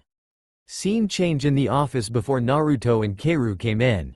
In the office of the Hokage, we see Minato currently in an intense battle, a life or death situation. His enemy, paperwork. Yes, being a powerful Kage wasn't all fun and games, it involved lots and lots of paperwork. You could ask any Kage of any world what their worst enemy is and almost every single one would say paperwork. As Minato signed a piece of paperwork and placed it in the done basket, he put another piece of paperwork in front of him and began reading before he heard 2 light knocks on the door. He first checked the time to see if it was a meeting and was relieved when he saw it was still 12:48 and not 1:30 when his meeting was. After placing the paperwork back in the pile and clearing his desk, he said, come in. When the door opened, Minato saw an Anbu with a Keiru mask enter the room with another Anbu over her shoulder with a Neko mask. Then a taller man entered behind her and had to duck to get in the doorway, much like his sensei Jiraiya had to do, so he just started to use the window, with an Anbu with a Kuma mask over his shoulder, which was impressive due to the size of the Anbu he was carrying. But what caught his attention the most was the Anbu that was under the man's right arm wearing an Inu mask. Looking at the Inu Anbu to the man and then to Keiru, he said, report Keiru. Who then said, hi Hokage-sama, the mission was a success, we just ran into a little trouble. Under her mask, Keiru cast a look over at Naruto. And what was that little trouble? Minato asked. Just a little someone, but it was no problem. Keiru said to the Hokage. Catching her emphasis on little, he looked over at Naruto, who looked bored out of his mind. Are you the trouble she was talking about? Minato asked Naruto. Why yes, I am actually. Naruto's deep voice said to the Hokage. Please tell me why there is a man that was hostile with a squad of my shinobi in my office, Keiru? Minato said, a little cautious and annoyed. Well, Hokage-sama, he was just, and I quote, bored, and he wanted to fight. When the fight was over, we sat and talked before he healed them and carried them with me all the way here. Keiru said to Minato. So you're not an enemy of the leaf? Minato asked Naruto. Not one bit, was just trying to test myself and have a little fun in the process. Naruto said to the Hokage. Well, how did the mission go, Keiru? Minato asked Keiru. We were on our way to the location of the camp of bandits and thugs, and when we arrived we saw him. Keiru said, motioning to Naruto, sitting on 2 bodies like a stool, while being surrounded by the bodies of every other bandit in the camp. Keiru finished. So you wiped them out by yourself? Minato asked Naruto. Yes, I did, wasn't much of a challenge though. Naruto said to the Hokage. And I assume that is why you attacked my Anbu. Minato stated. Actually, I provoked your Anbu to attack me. Naruto said to Minato. Minato then looked over to Keiru for confirmation. It is true, sir. He provoked Kuma to attack him. Keiru said. Why am I not surprised? Minato said while shaking his head from side to side while holding the bridge of his nose. Would you be interested in becoming a leaf shinobi? Minato asked while looking at Naruto and leaning on his desk. I'm sorry I had to decline. I don't have the training to be a full-fledged shinobi, only enough to protect against bandits. Naruto lied. Well, who was your sensei? Cuz with your little training you took out a squad of Anbu and one of my students and my best student at that. Minato asked. I never had a sensei. Naruto lied again. Would you like to become a sensei then? If you taught yourself enough to take out Anbu, I'm sure you would be a great teacher. Minato asked, hoping he would say yes. I'm sorry I had to decline that offer as well. Naruto said bluntly. A true shame. Oh well, enjoy your stay in Konoha while you are here. Minato said, sounding a little down at losing the possibility of having such a strong shinobi in the Leaf's forces. I think I will, Naruto said while putting Kakashi and Kuma down on the ground. As Naruto walked out the door, he again ducked his head to fit under the doorway before making his way out the Hokage tower. Do you think we can trust him, Kaoru? Minato asked when Naruto asked. Hi Hokage-sama, if he wanted he could have killed our squad before coming here looking like a merchant or something. Kaoru said to the Hokage. I see, hopefully you're right. Minato said to Kaoru. Also take them to the hospital to get checked out just in case. Minato said, motioning to Neko, Inu, and Kuma. Hi Hokage-sama, Kaoru said before shining away with the three. Scene change back with Naruto. Naruto was walking through the village that had once caused him so much pain in his early life. Seeing so many familiar sights like familiar stores he was kicked out of, parks where parents grabbed their kids and left when he showed up, alleyways he was tortured in, restaurants that refused to serve him. You know, all the normal things one would think about while walking the streets. Then he came to a familiar street and that's when he smelled it, the foods of the gods, ramen, but not just any ramen, Ichiraku ramen. Naruto got closer to the familiar stand and walked through the flaps to his usual seat on the far left of the stand before he noticed someone was already in it, so he sat down next to them on their right. As he did this, the person next to him tensed up. He looked at them out the corner of his eye and saw a boy no older than 12 sitting there with spiky blonde hair and dark blue eyes. Naruto then looked to the kitchen and could see a tense Tsuchi looking over while stirring some ramen for other customers on the other side of the stand. He could also see Ayame grab a free unused pan and slid the handle down her hand till she was only gripping the end like she was ready to throw it if anything happened, while looking at him out the corner of her eye while making her own batch of ramen. After the ramen was done for the other customers, Ayame came up to the two Narutos and asked, "Are you okay, Naruto? Do you want me to move him for you?" While she was looking at the smaller Naruto. "I don't think that is necessary, I am no threat to him," Naruto said to Ayame. "I don't care what you think, it is up to him," Ayame said while motioning to the smaller Naruto. "It's okay Ayame, I'm fine," the smaller Naruto said while looking at the counter. "Okay, just call me over if he does anything," Ayame said while giving a little glare at the older Naruto. "What can I get you to eat?"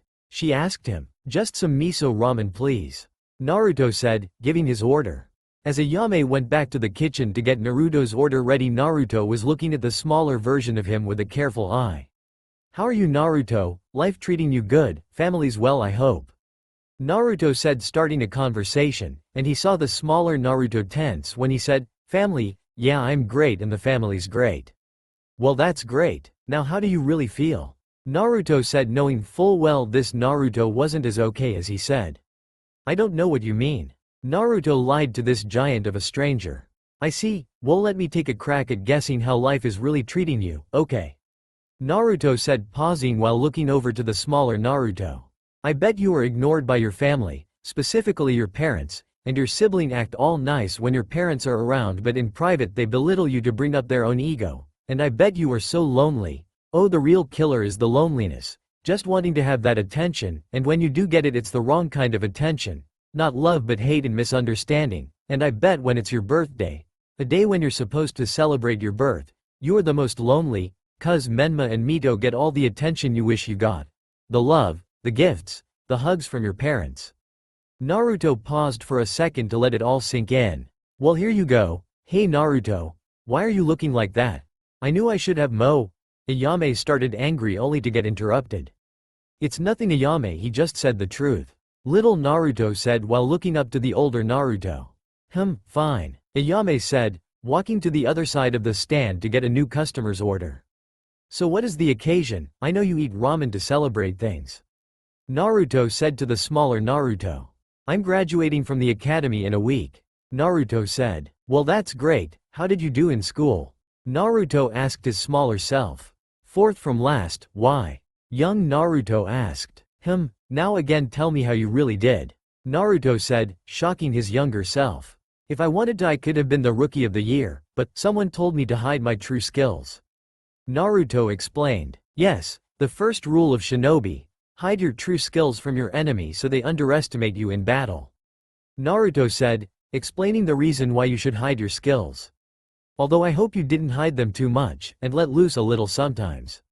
Well, sure, I beat the dead last a couple times. I just wanted to pass to get my sensei and become a ninja already. Grades don't matter on the battlefield. Naruto said to the larger Naruto. I can help you, you know. Naruto stated bluntly while looking at the bowl of ramen. Don't listen to him, kid, I don't trust him. Naruto heard a female voice whisper. I see you and your partner are friends. Naruto said as a whisper to not draw attention. At this the smaller Naruto tensed as much as his muscles would allow. Kid, we should leave, now. Naruto heard the whisper again. There is no need for that, I will go, here. Naruto said, standing up and sliding his untouched ramen over to the smaller Naruto. I know it's your favorite. If you wish to talk I will be at the Hokage monument. I do hope to see you there though. Bye, Naruto. He said as he walked out the ramen stand. Scene change, Hokage monument. Naruto was now seated at the Hokage monument with his legs dangling off the cliff waiting to see if he and this world's Naruto could have a little chat. In the meantime he was thinking of his next moves while having two floating balls in his hand floating around in a circle perfectly at the same pace, staying perfectly across each other. One seemed to be pure white and seemed to give off a soft glow of white. The second seemed to be pure black and seemed to draw in all the light around it. Naruto was sitting there just waiting while looking out at the village when he heard some soft footsteps like sandals on dirt and stone. I see you came. I assumed to get some answers. Naruto said while standing up and absorbing the two balls into his hand. When he turned around he could see Naruto there looking curious and cautious. I was told by my partner to come get answers. Naruto said to the older Naruto, so talk. I will, all in due time, Naruto. But first let's head to Mindscape for more privacy and I can tell both of you at the same time in person. Naruto said, walking towards Naruto before they both sat down in a meditative state and went into younger Naruto's mindscape. I will, all in due time, Naruto. But first let's head to your mindscape for more privacy and I can tell both of you at the same time in person. Naruto said, walking towards young Naruto before they both sat down in a meditative state and went into younger Naruto's mindscape. Scene change, young Naruto mindscape. As Naruto looked around at the unfamiliar location he was met with a large open field of lush green grass and a forest at the edge of the clearing and a stream running through the clearing. Looking up he could see a beautiful blue sky with clouds dotting here and there every now and then. Near the center of the field with the stream a little ways away was a log cabin-style house with a few oak trees casting shade in the front lawn and back of the house. The young Naruto started walking to the house and Naruto started to follow close behind while commenting on the area they were in. I see that your partner taught you how to change your mindscape. I bet she was glad when you changed it from the sewer to this beautiful clearing. How did you know it used to be a sewer? Young Naruto asked. Inside, was Naruto's short reply. When Naruto walked inside he saw a beautiful home with a large kitchen and living room, with the bedroom and bathroom down a short hall. Looking over to the living room he saw a redhead with long silky hair and red slit eyes, dressed in a long deep red kimono. To Naruto, she looked like a mix of Kami and Yami but with red hair and eyes. Young Naruto walked over and sat on the couch with the women. Following his lead, Naruto walked over and sat on the couch opposite of them while being closely examined by the women. I still don't trust him. The woman said to young Naruto, thinking Naruto couldn't hear her. I know, but we have to get some information still, and if it comes down to it I can kick him from the mindscape and we can make a run for it.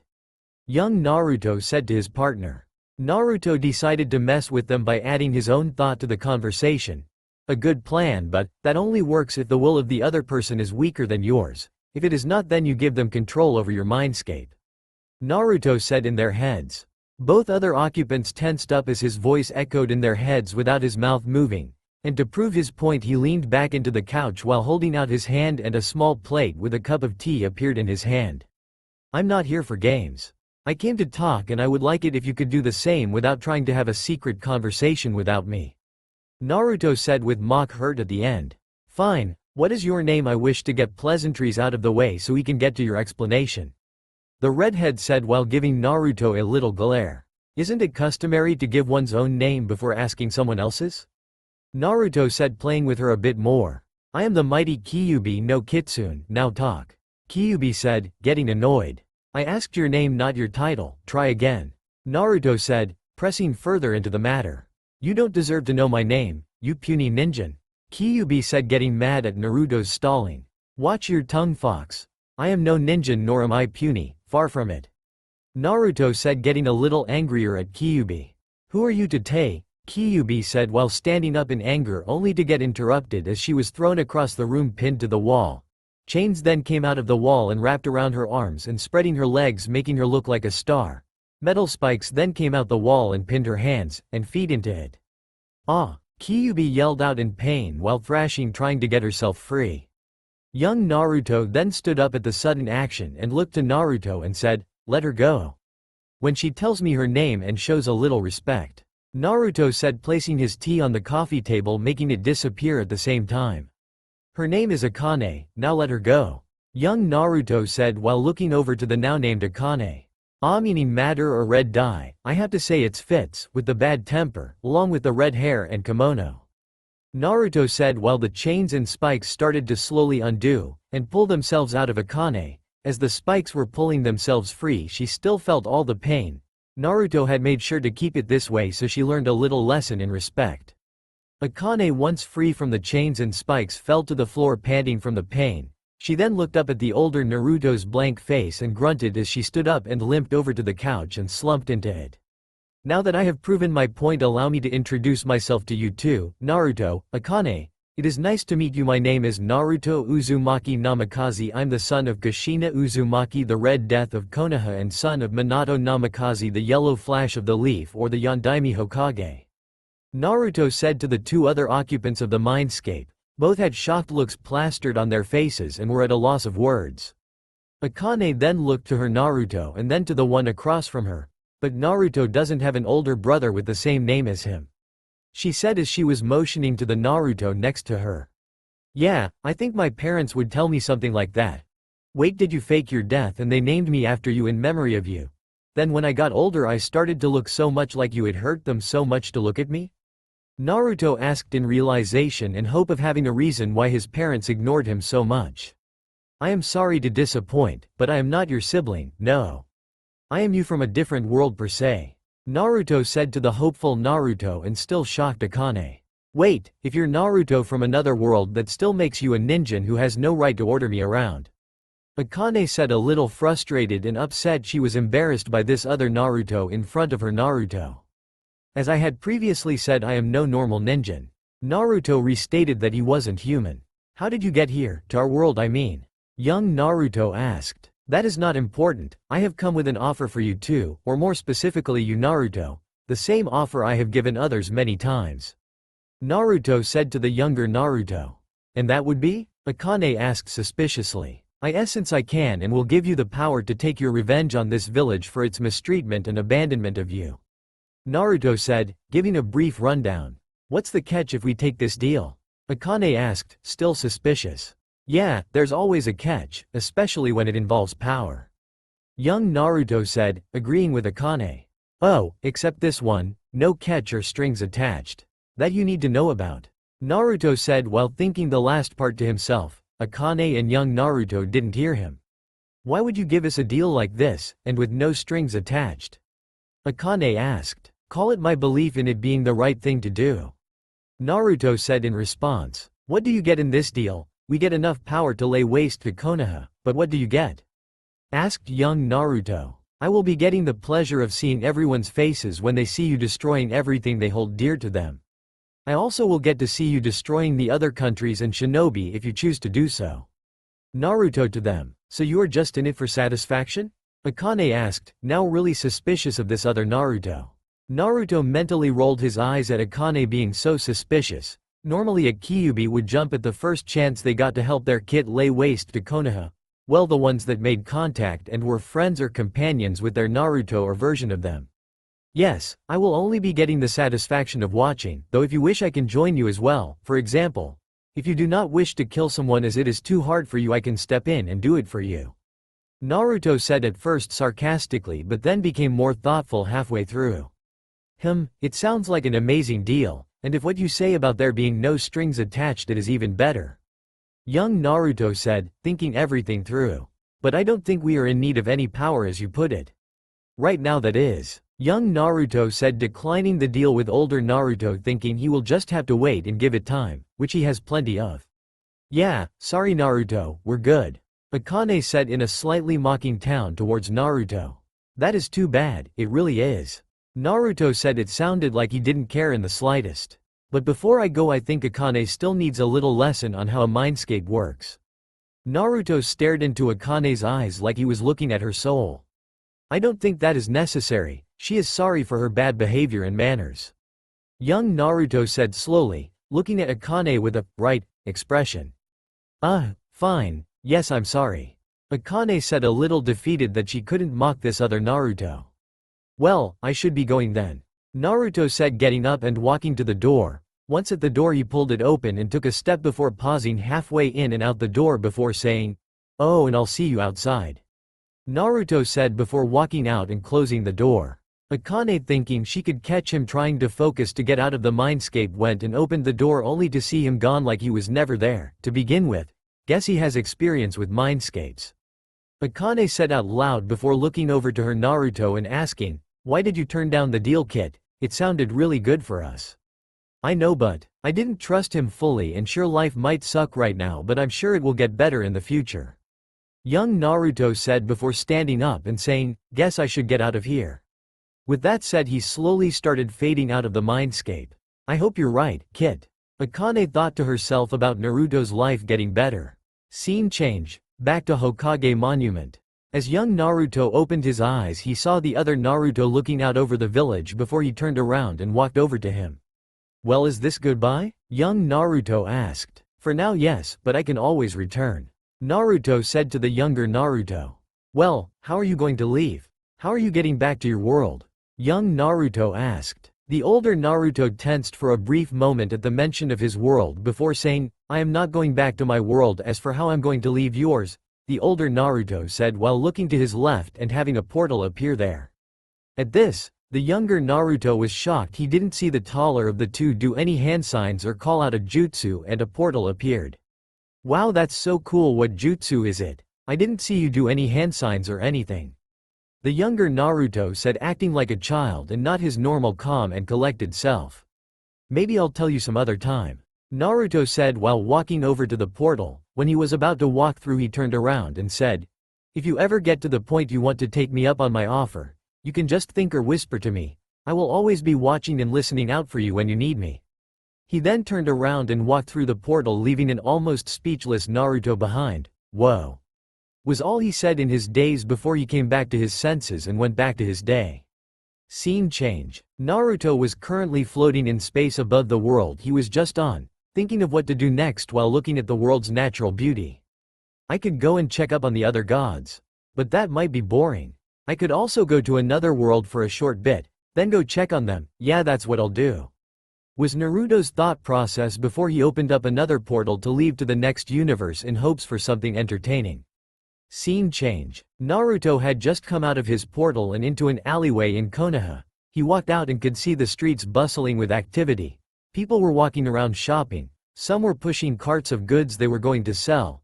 People were in their food stands and shops trying to attract customers. Some families were walking the streets. Everyone had smiles on their faces. It was a beautiful day with a clear blue sky and not a cloud in sight. Some would say it was the perfect day. As Naruto started walking the streets, he was getting some people's attention. How could he not when he stood at least a foot over anyone else on the street? He had some people look at him with curiosity, some with a bit of caution. But some of the women that saw Naruto got a little blush on their cheeks from seeing him. It disgusted him. The fact these same people could turn into the worst monsters you have ever seen and lash out at a child. Unless this is one of the good worlds, Naruto thought to himself, then this will be really boring. Naruto decided to pick up a newspaper and smiled when he saw the date at the top. He then extended his senses until they were the size of the village so he could find this world's Naruto. He was looking for either a person with a blue chakra signature and a secondary red one or someone with two souls. Their own and their forced prisoner. In most cases, it was a world's Naruto that had the two chakra signatures, but in the cases where a world's Naruto had siblings, he always got the soul. When Naruto found who he was looking for, he wasn't happy. This world's Naruto was currently located at the T&I building, but the signatures were weak, meaning he and or she was underground, probably in a hidden level of the building.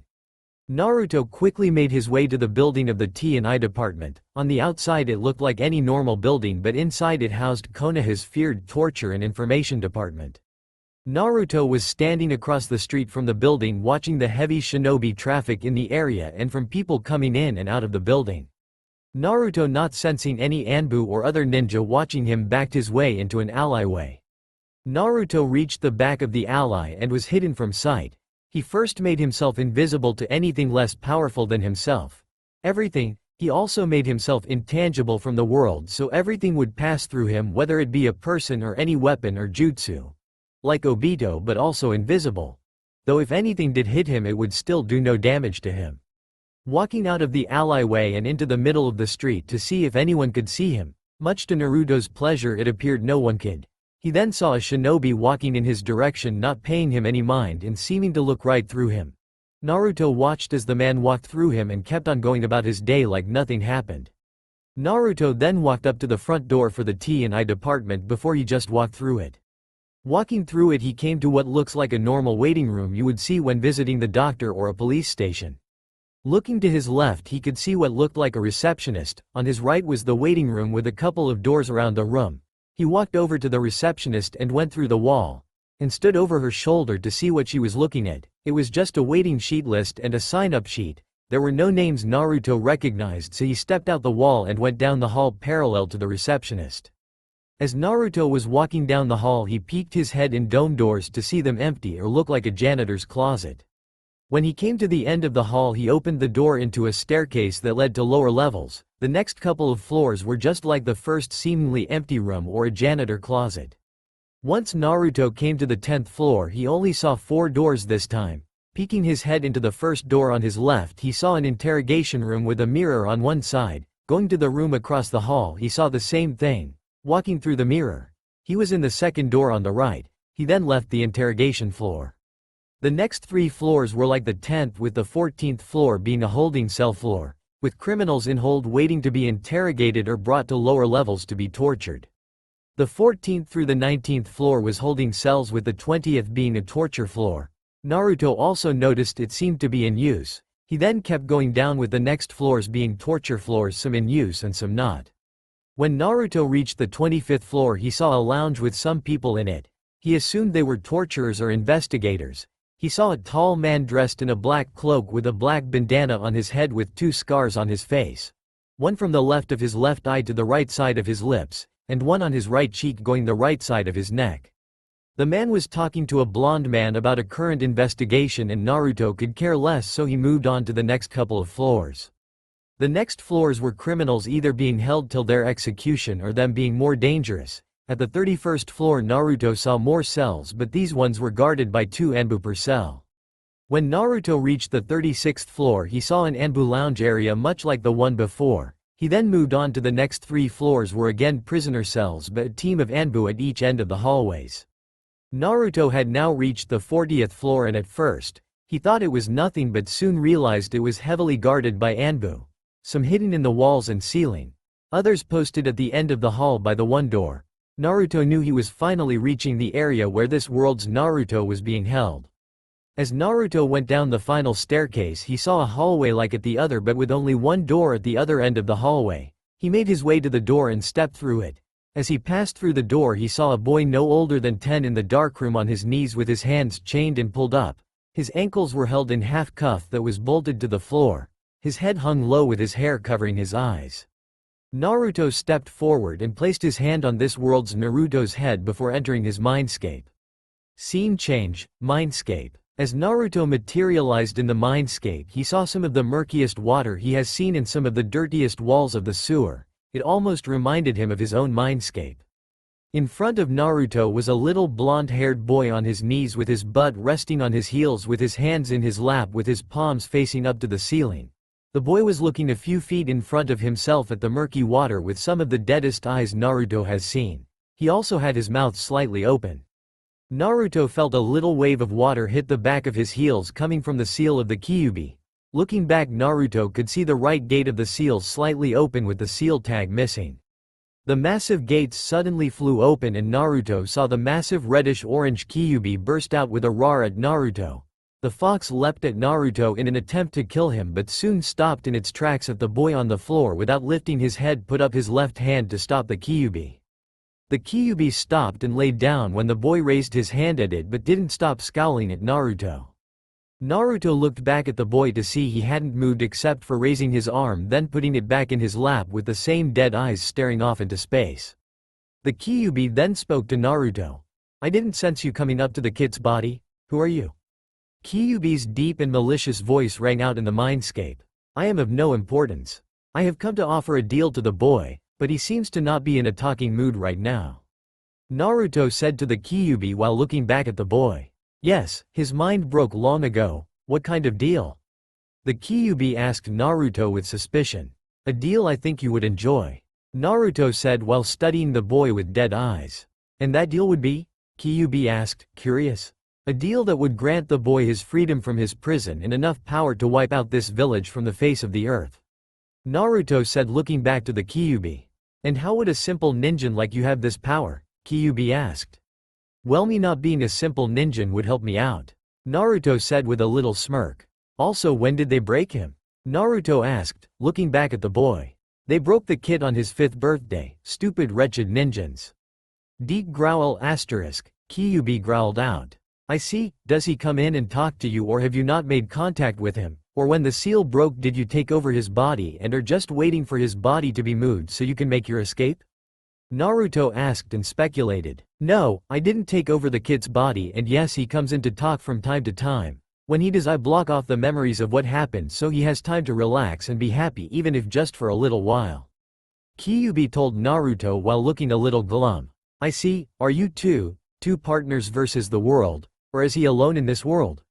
Naruto asked the Kyuubi. "I would say we are more like companions. He doesn't need to worry about me taking over his body through his emotions.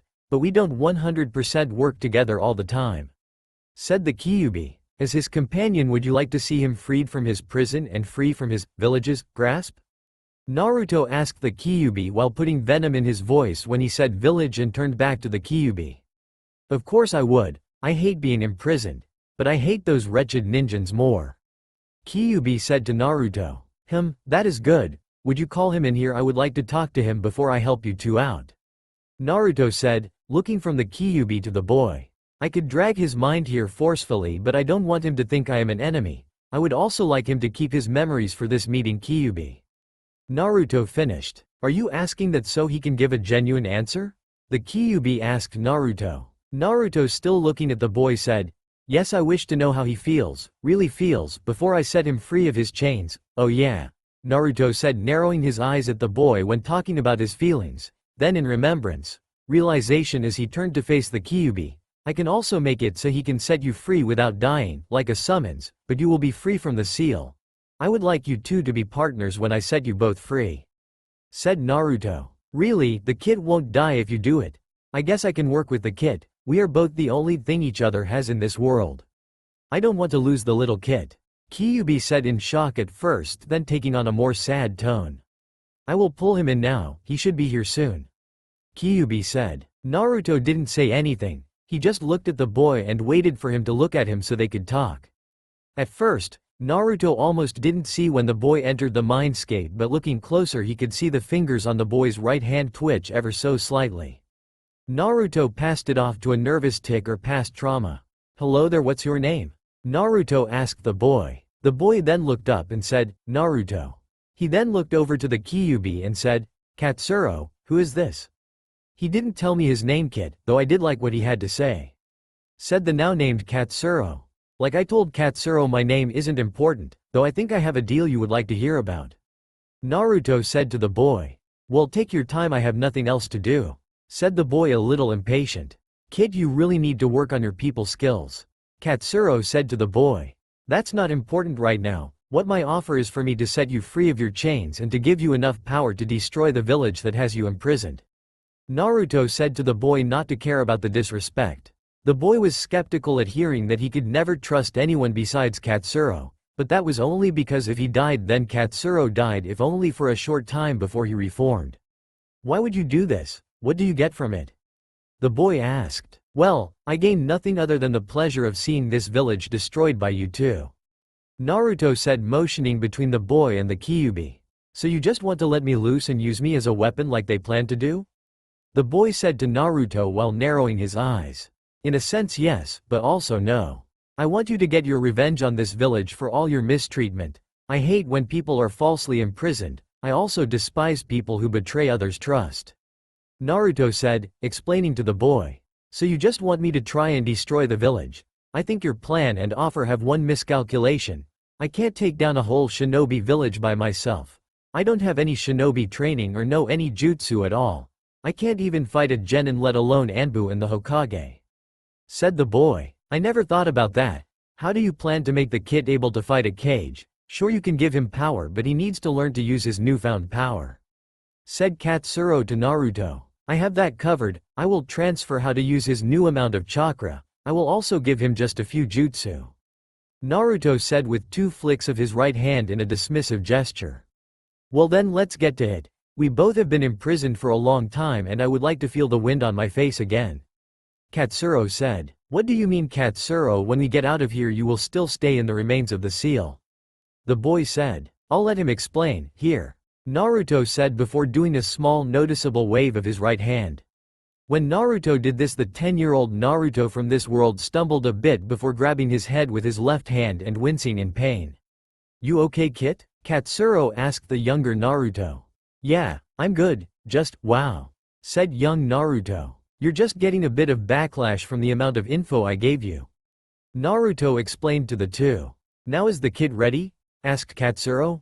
Yes, I will see you in the cell. Naruto said before he faded from the mindscape. Are you going to go through with it, Kit? Are you sure you don't care about anyone in the village? Katsuro asked young Naruto. Why would I care about anyone in the village who I have never even met or who is one of the people who put me in my prison? Young Naruto said. I'm just worried about you, Kit. Katsuro said. I know, Katsuro. Young Naruto said. Scene change. Back in cell.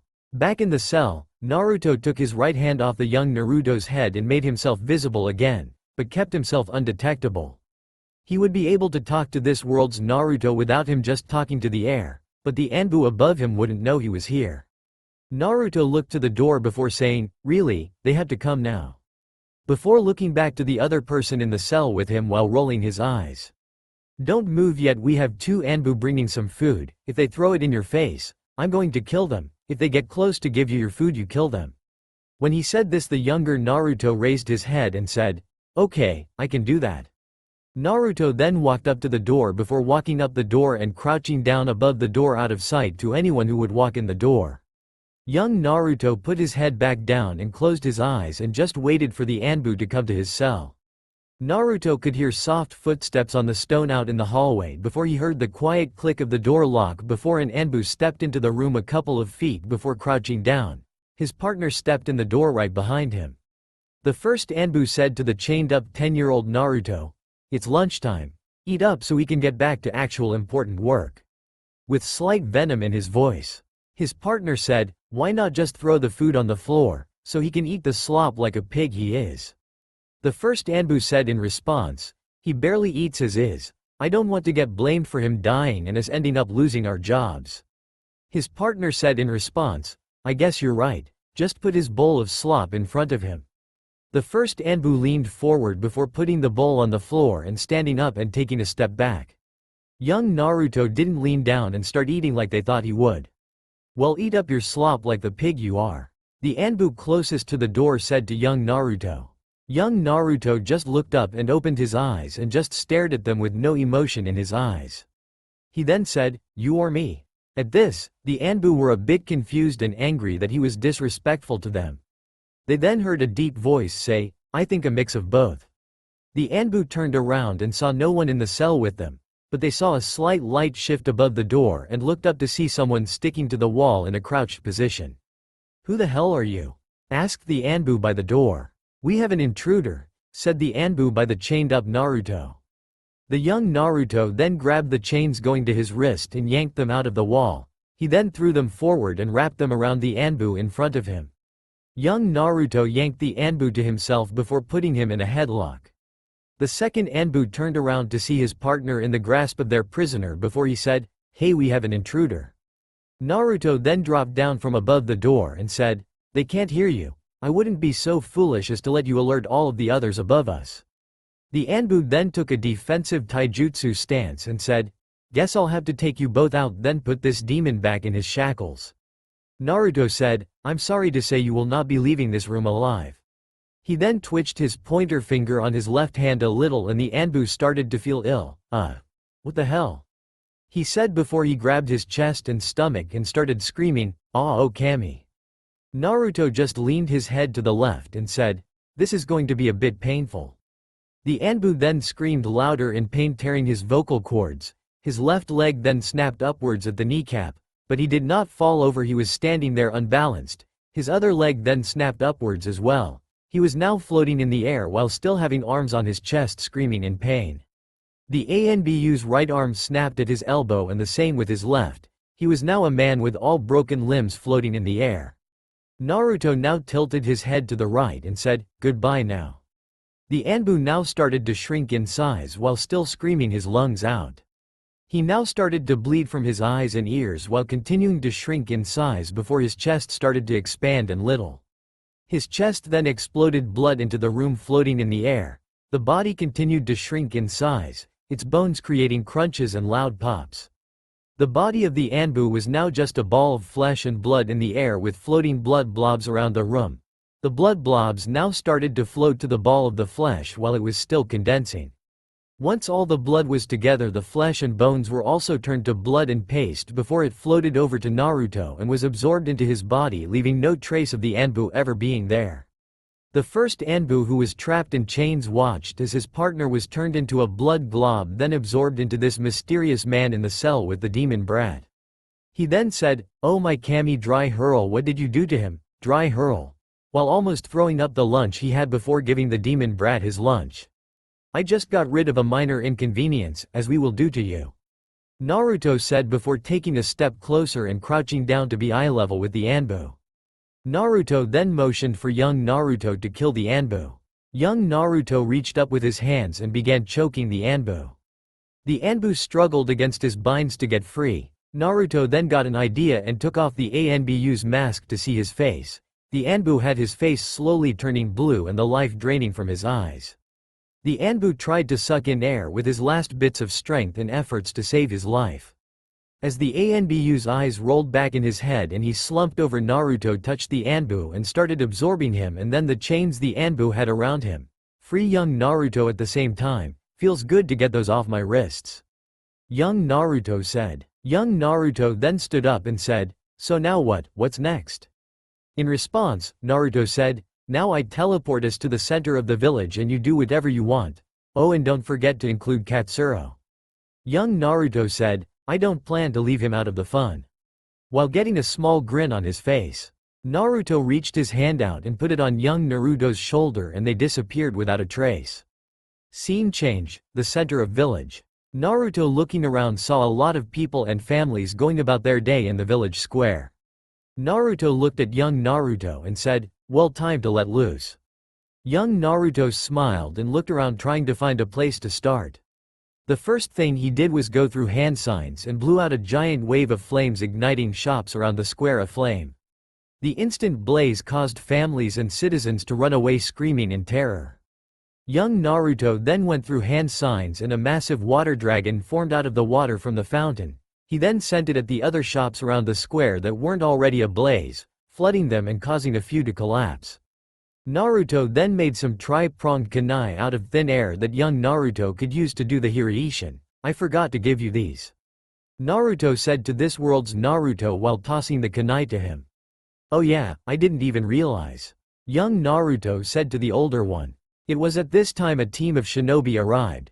Judging by the vest they were wearing, they were a group of chunin. They looked around trying to find the enemy shinobi who were attacking, only to see two blondes. A 10-year-old boy next to an older-looking man near him.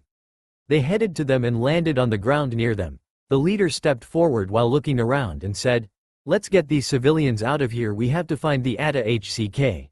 Before he was cut off by young Naruto using one of his new kunai to slit the man's throat while he wasn't paying attention.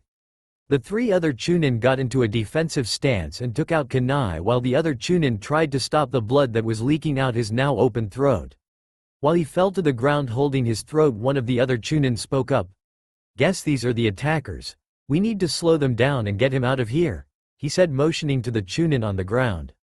Naruto then spoke up and said, "This is where I leave you, don't fail, I have given you all you need." While turning around and started to walk away before he lifted his right leg like he was taking a step up a staircase, then planted it on thin air. He then lifted his left leg and was now floating in the air. He then brought his left leg down and continued to walk up into the air before a chunin spoke up. "Hey, where are you going? Get back here." Young Naruto watched as the older blonde walked high into the sky above the village to watch the carnage from a safe distance. While also having the best seat in the house, young Naruto then said, "Don't worry about him, I'm your enemy." The chunin then looked at him and said, "You're just a kid, you look no older than 10, what could you do?" Young Naruto then said, "I am also a kid who is about to have killed a chunin." While doing a quick look at the man on the floor, the chunin he had been talking to looked to the other chunin before doing a nod at each of them. They then charged him kunai drawn. The first chunin reached him and tried to slash at him with his kunai. Young Naruto did a quick dodge before he pushed the back of his hand to make him almost slice at one of the other chunin's chest. The chunin on the first right took this time to throw his kunai at young Naruto's head while he was open. Young Naruto grabbed a handle of the kunai in a reverse grip and used the momentum of it to do a spin and jab the kunai in the first chunin's right side. The first chunin screamed while reaching for young Naruto's wrist but failed as he quickly pulled it back before sending a kick to his back, hitting him and sending him stumbling forward near the almost dead chunin.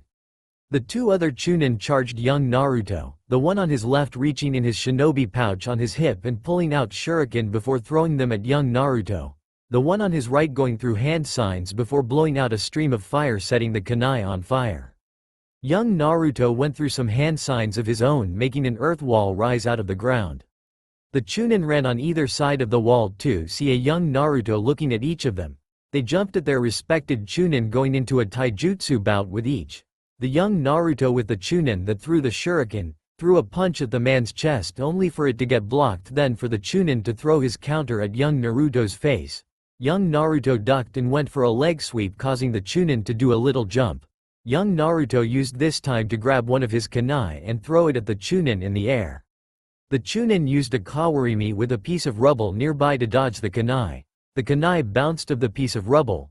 Young Naruto jumped in the air and sent a kick at the deflected kunai and sent it at the chunin on the ground. The chunin tried to dodge the kunai but ended up getting a graze on his left side.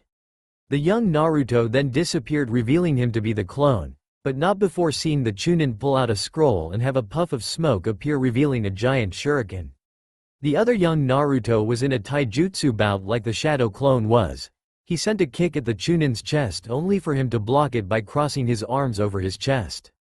The chunin grabbed a kunai, doing a couple of quick swipes at young Naruto. Young Naruto then grabbed the man's wrist and bent his arm, sending the kunai to the man's chest. The chunin was able to guide the kunai to miss his heart only for it to hit his stomach. He then jumped back to regroup with the chunins.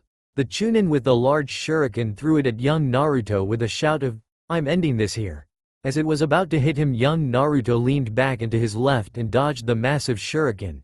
The chunin was hoping for this, and as young Naruto stood back up to full height, he said, "Is that all you have to offer? You're like Genin." Then with a pull of invisible ninja wire that was on the shuriken, it changed course and headed for young Naruto's back. At first it looked like it was going to make contact, but at the last second young Naruto ducked to a crouching position. He then reached up with his right hand and grabbed the center of the massive shuriken.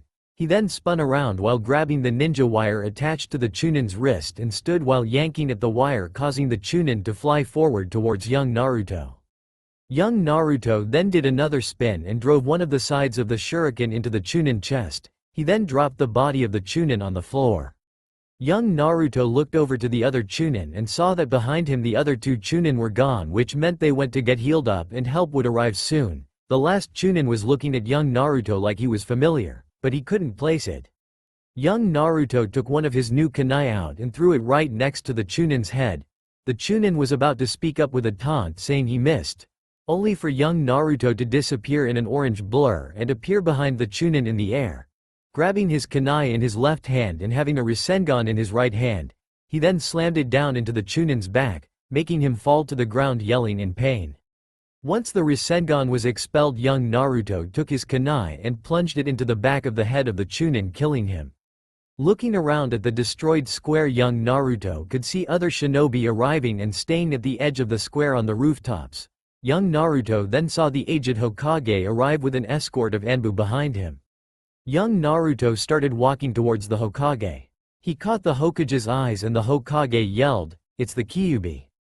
He somehow escaped his prison. All the Anbu, Chunin, and Jonin got into a taijutsu stance ready to attack. They stopped when young Naruto got a little closer and spoke up saying, "Hello there Hokage Teme, I see you brought some friends." One Chunin yelled out, "How dare you demon, show respect to Hokage-sama." Young Naruto said, "I won't respect someone who has falsely imprisoned me for something I had no control over. I will also not show any respect for someone who is as barbaric and idiotic as Hokage Teme." This seemed to make the Chunin and Jonin angrier. Not only had he somehow escaped, he was disrespecting the Hokage right to his face. But they were cut off from shouting for his death by him speaking up, "Well, you have your friends. I should be kind and introduce you to my friends." He paused, adding to the tense situation. He then motioned to the sky and said, "My first friend is up there." As everyone looked up, they saw another blonde, that looked older than the one in front of them, floating above the village as if he was standing on the air itself. The Hokage looked back at the young Naruto in front of him and asked, "Is he the one who let you out of your cell?" Young Naruto in response said, "He is. He also gave me many more things. He gave me 2 new friends, partners, and many skills it would have taken years to perfect." "I do not know what you mean, but where is your second friend?" asked the aged Hokage. When the Hokage asked this, young Naruto got a small smile before he said, "I'll show you, or should I say I'll bring him out." He then bit his finger and went through hand signs at a fast pace before he slammed his hand on the ground. A giant puff of smoke appeared in the square. Through the wisps of smoke, everyone could see small patches of orange. At one side of the smoke appeared a giant orange tail. On the other side, another giant orange tail appeared. Near the top of the smoke, a small section got blown outwards, revealing the snout of an animal. There was a sudden gust of wind, blowing all the smoke away to reveal the giant orange-red Kyuubi, who in turn let out a booming roar at the Hokage and shinobi around the area. Everyone froze. They saw the giant Kyuubi in front of them. Atop its head was the 10-year-old who they were talking to before. Dressed in his rags he was given as clothes. The Kyuubi was looking around with a massive, toothy grin on his face. The Kyuubi then spoke in his deep, demonic-sounding voice. "Hello there ninjas. Long time no see. Hey, where's that 4th Hokage who beat me last time? Oh, I remember now. He died when he sealed me, ha ha ha. Wonder how you're going to seal me again this time." The Hokage then yelled to his shinobi, "Everyone don't sway. We are up against the Kyuubi. We have beaten him once before, we shall again." The shinobi all yelled in affirmation. Young Naruto atop the Kyuubi was a bit amused. It is correct they had won once before, but the one who had beaten the Kyuubi is gone, and the Kyuubi now has a partner he is working with. Young Naruto then yelled out from the top of the Kyuubi, "Hey Hokage Teme, I want to show you something." The Hokage looked away from his shinobi up to the boy atop the Kyuubi. "What would that be, you demon collaborator?" Young Naruto got a larger grin on his face as he pulled out one of his kunai. He then asked, "Does this remind one of anything, or should I say, anyone?" The Hokage saw the kunai and thought it was very unique. Not many nations used tri-pronged kunai, but he couldn't say it reminded him of anyone. He yelled back to the boy, "I can't say it does." Young Naruto was so glad that the Hokage said that it would make the revel all that sweeter. He then lifted his right hand and held his palm to the sky while making a small blue ball appear in it. He then yelled out, "How about now? Do I remind you of anyone?" At this the Hokage froze in place. For a brief second he saw an image of the Yondaime Hokage appear behind the boy with a wide grin while ruffling the boy's hair. Beside him was a red-haired woman hugging the Yondaime with a huge grin on her face and having her right hand on the boy's shoulder. The Hokage then whispered under his voice, "Minato, Kushina, why did you make Naruto the holder of the Kyuubi?" One of the Hokage's Anbu said, "Did you say something, Hokage-sama?" The Hokage looked back and said, "No, but I now know what jutsu that is and what that kunai is used for." The Anbu asked, "What's the jutsu, and what is a simple kunai used for?" The Hokage said, "One of the most deadliest combinations of jutsu there has ever been made, the combination the Yondaime himself used and what earned him the name of the Yellow Flash of the Leaf, the Rasengan, and the Hiraishin." This left the Anbu speechless until one spoke up asking the question they all wanted to know. How did the demon brat learn the Yondaime's techniques? The Hokage said in response, "I do not know, but when we defeat him I will ask him." The Anbu then looked back to the giant behemoth in front of them that was the Kyuubi. They knew this was going to be one of the hardest fights they have ever had in their career. Young Naruto was getting a bit impatient and so was the Kyuubi. They wanted to get along with destroying the village already. The Kyuubi then growled out, "Are you ninja done already? I wish to get this along." One brave or stupid Chunin, whichever way you look at it, yelled out, "Shut up demon, we will defeat Ak." But he was cut off by having a kunai appear lodged in his throat. Everyone followed the path of the kunai to see young Naruto with his hand outstretched and looking in the direction of the Chunin. The Kyuubi was the first to speak, "Ha ha ha, you stupid ninjins." This caused everyone to get angrier at the Kyuubi and younger Naruto. The Hokage yelled at everyone to charge, and they did. The Kyuubi drew back his right hand and swiped at a huge amount of shinobi, causing a lot of casualties. The shinobi started to launch every type of jutsu they knew. Some shinobi were launching fire jutsu, some water jutsu, others were launching earth jutsu, and a few shinobi were using wind and lightning jutsu, but none of it was effective against the mighty Kyuubi. The Kyuubi did another swipe, causing mass casualties and many to be injured. Young Naruto started throwing kunai around the area and teleporting behind shinobi and stabbing them in the back of the head, then teleporting away with a new kunai in hand to stab the next shinobi. Young Naruto was now atop the Kyuubi, watching as the shinobi were getting smashed and stomped to death by the Kyuubi. The Hokage was watching as his shinobi were getting massacred. The Hokage then saw young Naruto make a Rasengan in his hand before four white blades-like things formed on the edges. The Hokage said, "How did he complete it? Not even Minato could complete it." Young Naruto then threw it at the Hokage. The Anbu went through quick hand signs and made earth walls rise out of the ground. The wind release. Rasen Shuriken shredded through the earth walls but gave enough time for the aged Hokage to jump away. The few Anbu that weren't able to jump away were caught in the Rasen Shuriken when it rapidly expanded. Young Naruto threw his Hiraishin kunai near the Hokage and Anbu to start with his most powerful enemy to make taking out the rest of the village all that much easier. The Anbu that weren't caught in the Rasen Shuriken charged him. The first Anbu reached him and launched a punch at his chest. Young Naruto blocked the punch and kicked him away before turning around with a kunai to block the kunai and shuriken that were thrown at him. As young Naruto was getting overcrowded by Anbu, he saw the Hokage jump away near the shinobi that were engaged with the Kyuubi. Young Naruto kept throwing that Anbu away from him, but he was eventually overrun and received a strong punch to the face. Before he hit the ground he disappeared in an orange blur. The Anbu looked around trying to find him before one of them spotted him atop the Kyuubi's head. "You okay, Kit?" asked the Kyuubi of the young Naruto. "Yeah, I'm good, just not used to getting hit, ha ha ha." Young Naruto replied to his partner. "Ha ha ha, guess you're right, Kit." The Kyuubi said back. Young Naruto stood up from his crouching position and saw the Hokage going through a long chain of hand signs. The shinobi around him got into a defensive position around him. Naruto was in the air watching the massacre of shinobi before he saw the Hokage jump away for the younger Naruto. He saw him start to go through a long chain of hand signs and immediately knew what the jutsu was. It was the sealing jutsu, Reaper Death Seal. Naruto knew the basics of how the jutsu worked. Someone would summon the Shinigami, and it would do what the summoner requested before the Shinigami would claim their soul. Naruto was preparing to step in and stop Shinigami from messing with his fun. The Hokage then called out Hit Jutsu, Sealing Jutsu, Reaper Death Seal. A rift opened up behind the aged Hokage and out came a tall, transparent figure with light purple skin dressed in a large white kimono. In the figure's mouth was a tanto. On the figure's left hand was red prayer beads wrapped up the figure's wrist. Naruto saw this figure and knew this wasn't Shinigami. The figure didn't have the same feel as the Shinigami he had met. As the Hokage was about to tell the Shinigami what his request was, Naruto made the figure appear before him in the air. Down below, the Hokage was looking around in shock, trying to find what happened to the Shinigami. The Shinigami looked around and saw he was suddenly in the air above his summoner. "Who are you?" asked Naruto of the Shinigami. The Shinigami said, "I am the Shinigami. What do you need, mortal? I was already summoned and I must do his request first." Naruto said, "You are no Shinigami, I have met Shinigami." Shinigami said back, "Foolish mortal, I would know if I had met you before."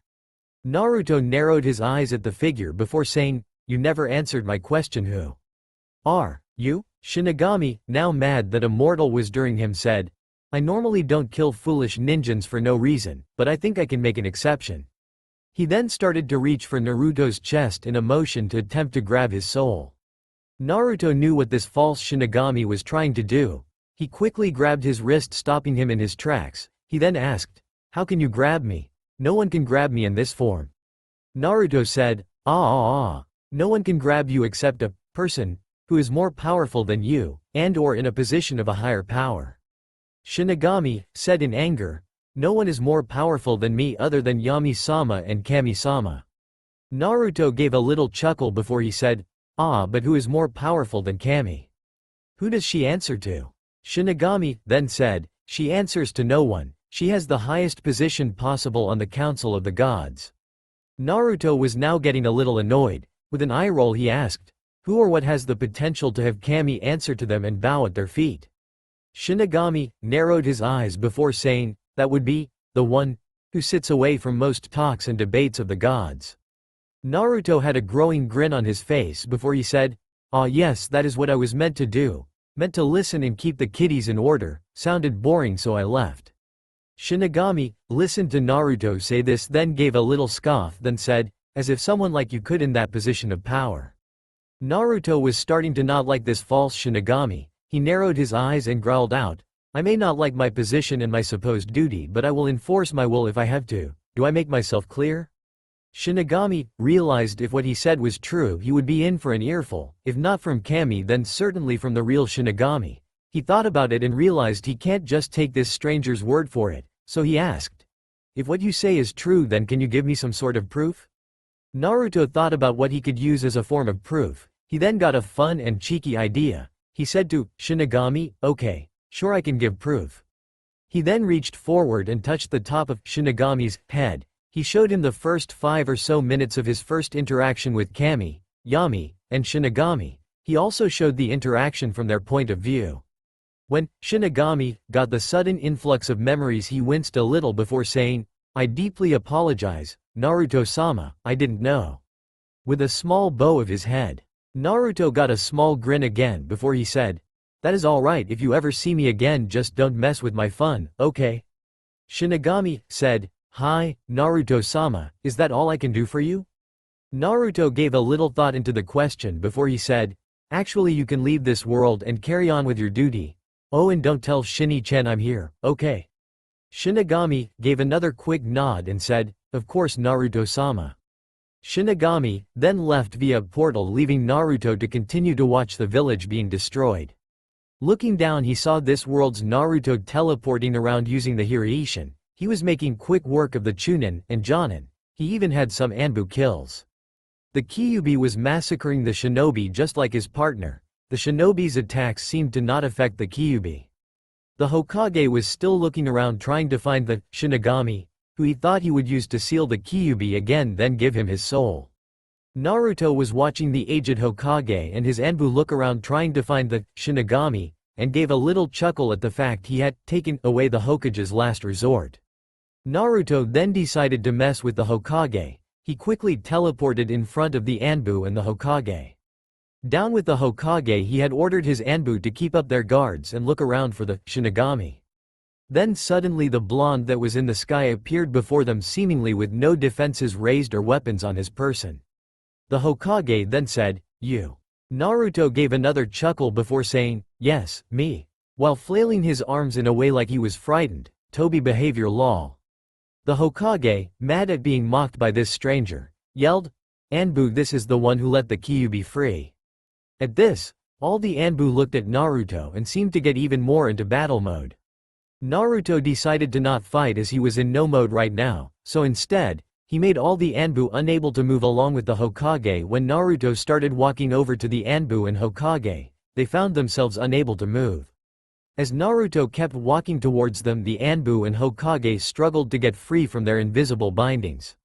Naruto was now in front of the Hokage, who was still struggling and thrashing around in an attempt to get free. Naruto then said, "Hello there, enjoying seeing your village destroyed?" The Hokage said through gritted teeth, "When we get free we will defeat you and Naruto, then we will reseal the Kyuubi and pass on our will of fire to the next generation of excellent shinobi of Konoha." Naruto again started to chuckle before he started to stifle his laughs before breaking out laughing in the Hokage's face. "Ha ha ha ha ha. Oh, I'm sorry, but no, you won't be doing any of that." Naruto then motioned to the Anbu and allowed the Hokage to look over his shoulder at them. When he looked over his shoulder, he saw his Anbu still struggling before a resoundingly loud crack and a mix of pops echoed around the area and every single Anbu stopped moving.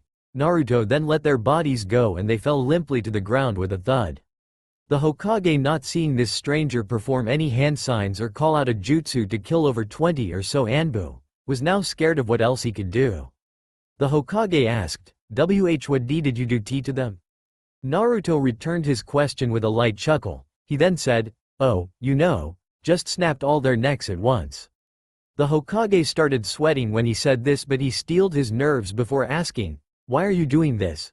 Konoha is a village of peace. We have done nothing wrong." When the Hokage said this, Naruto stopped his little chuckles he was doing now and again. Then with no emotion he asked the Hokage, "Would every resident of Konoha believe and agree with that statement?" The Hokage blurted out in his rage, "Yes." Naruto then asked again, "Really every resident?" When he asked this, the Hokage froze. Naruto then motioned over to where the younger Naruto and Kyuubi were fighting the shinobi. He then looked back at the Hokage and said, "I think you may have forgotten a resident, but he is one of, if not the most important person in this village." The Hokage was now looking down at the ground, knowing everything he said was true. The village he claimed to be the most peaceful had cast aside a child right at birth and abandoned him to the wolves. What Naruto said next shook the aged Hokage to the bone. "Don't worry, here is in Sarutobi, I will correct your sins." The Hokage started to feel his bones creaking under his skin like they were being twisted and stretched. He then let out a scream of pain as he felt his left arm snap and crack into small pieces of bone.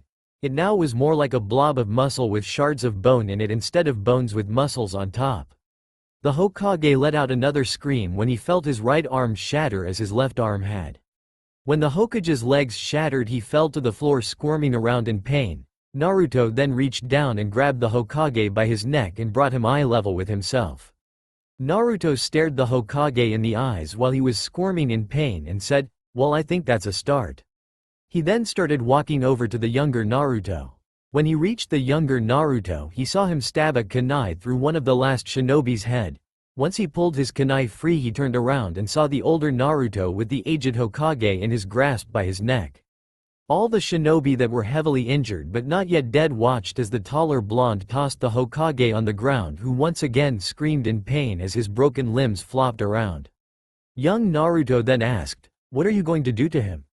Naruto said back, "Not what I'm going to do. What are you going to do?" Young Naruto looked from the Hokage to the taller blonde and asked, "What do you wish me to do?" Naruto then said, "Well, I recommend taking a kunai and dragging it right along here," he said, running his pointer finger left to right on the Hokage's neck. "It will commemorate your victory over this village. You will also be able to get some closure." Young Naruto thought about it. It would be a slow and painful death, so he was good there. It would destroy the morale of the few shinobi that were still alive. And like the taller blonde said, he could commemorate his victory over Konoha, and as a plus, he could get closure. Young Naruto lifted his hand that had the still bloody kunai and brought it near the Hokage's neck. The taller blonde grabbed the hair on the Hokage's head and tilted it back so his neck was more exposed. Younger Naruto brought the kunai so it was now touching the Hokage's neck. The Hokage looked young Naruto in the eyes and tried to speak, but all that came out was some soft grunts of pain. Young Naruto slowly dragged the kunai along the Hokage's neck, looking him in the eyes. As he started to gurgle on his blood, Naruto let go of his hair, letting him fall to the ground while trying to move his shattered arms to stop his throat from bleeding. Naruto looked from the Hokage's dying form to the younger Naruto and said, "Well, congratulations, you just killed the shinobi no Kami, god of shinobi, and almost completely wiped out Konohagakure no Sato." Young Naruto looked up at him and said, "If it weren't for you I would still be stuck in that cell, with my only companion being Katsuro." Naruto said back, "I guess that is true, but you did most of the work yourself. I just watched from the sky and took care of a little interference." Naruto then looked around and saw all the bodies of the shinobi scattered around, saw the destroyed buildings of shops and homes. Looking to his left, he saw the Kyuubi stomping a couple more homes and shinobi before walking over to the two Narutos and laying down with his head in his paws with his tail swishing behind him, causing a breeze in the area. Kyuubi then spoke up saying, "Kid, it seems that was the last of them."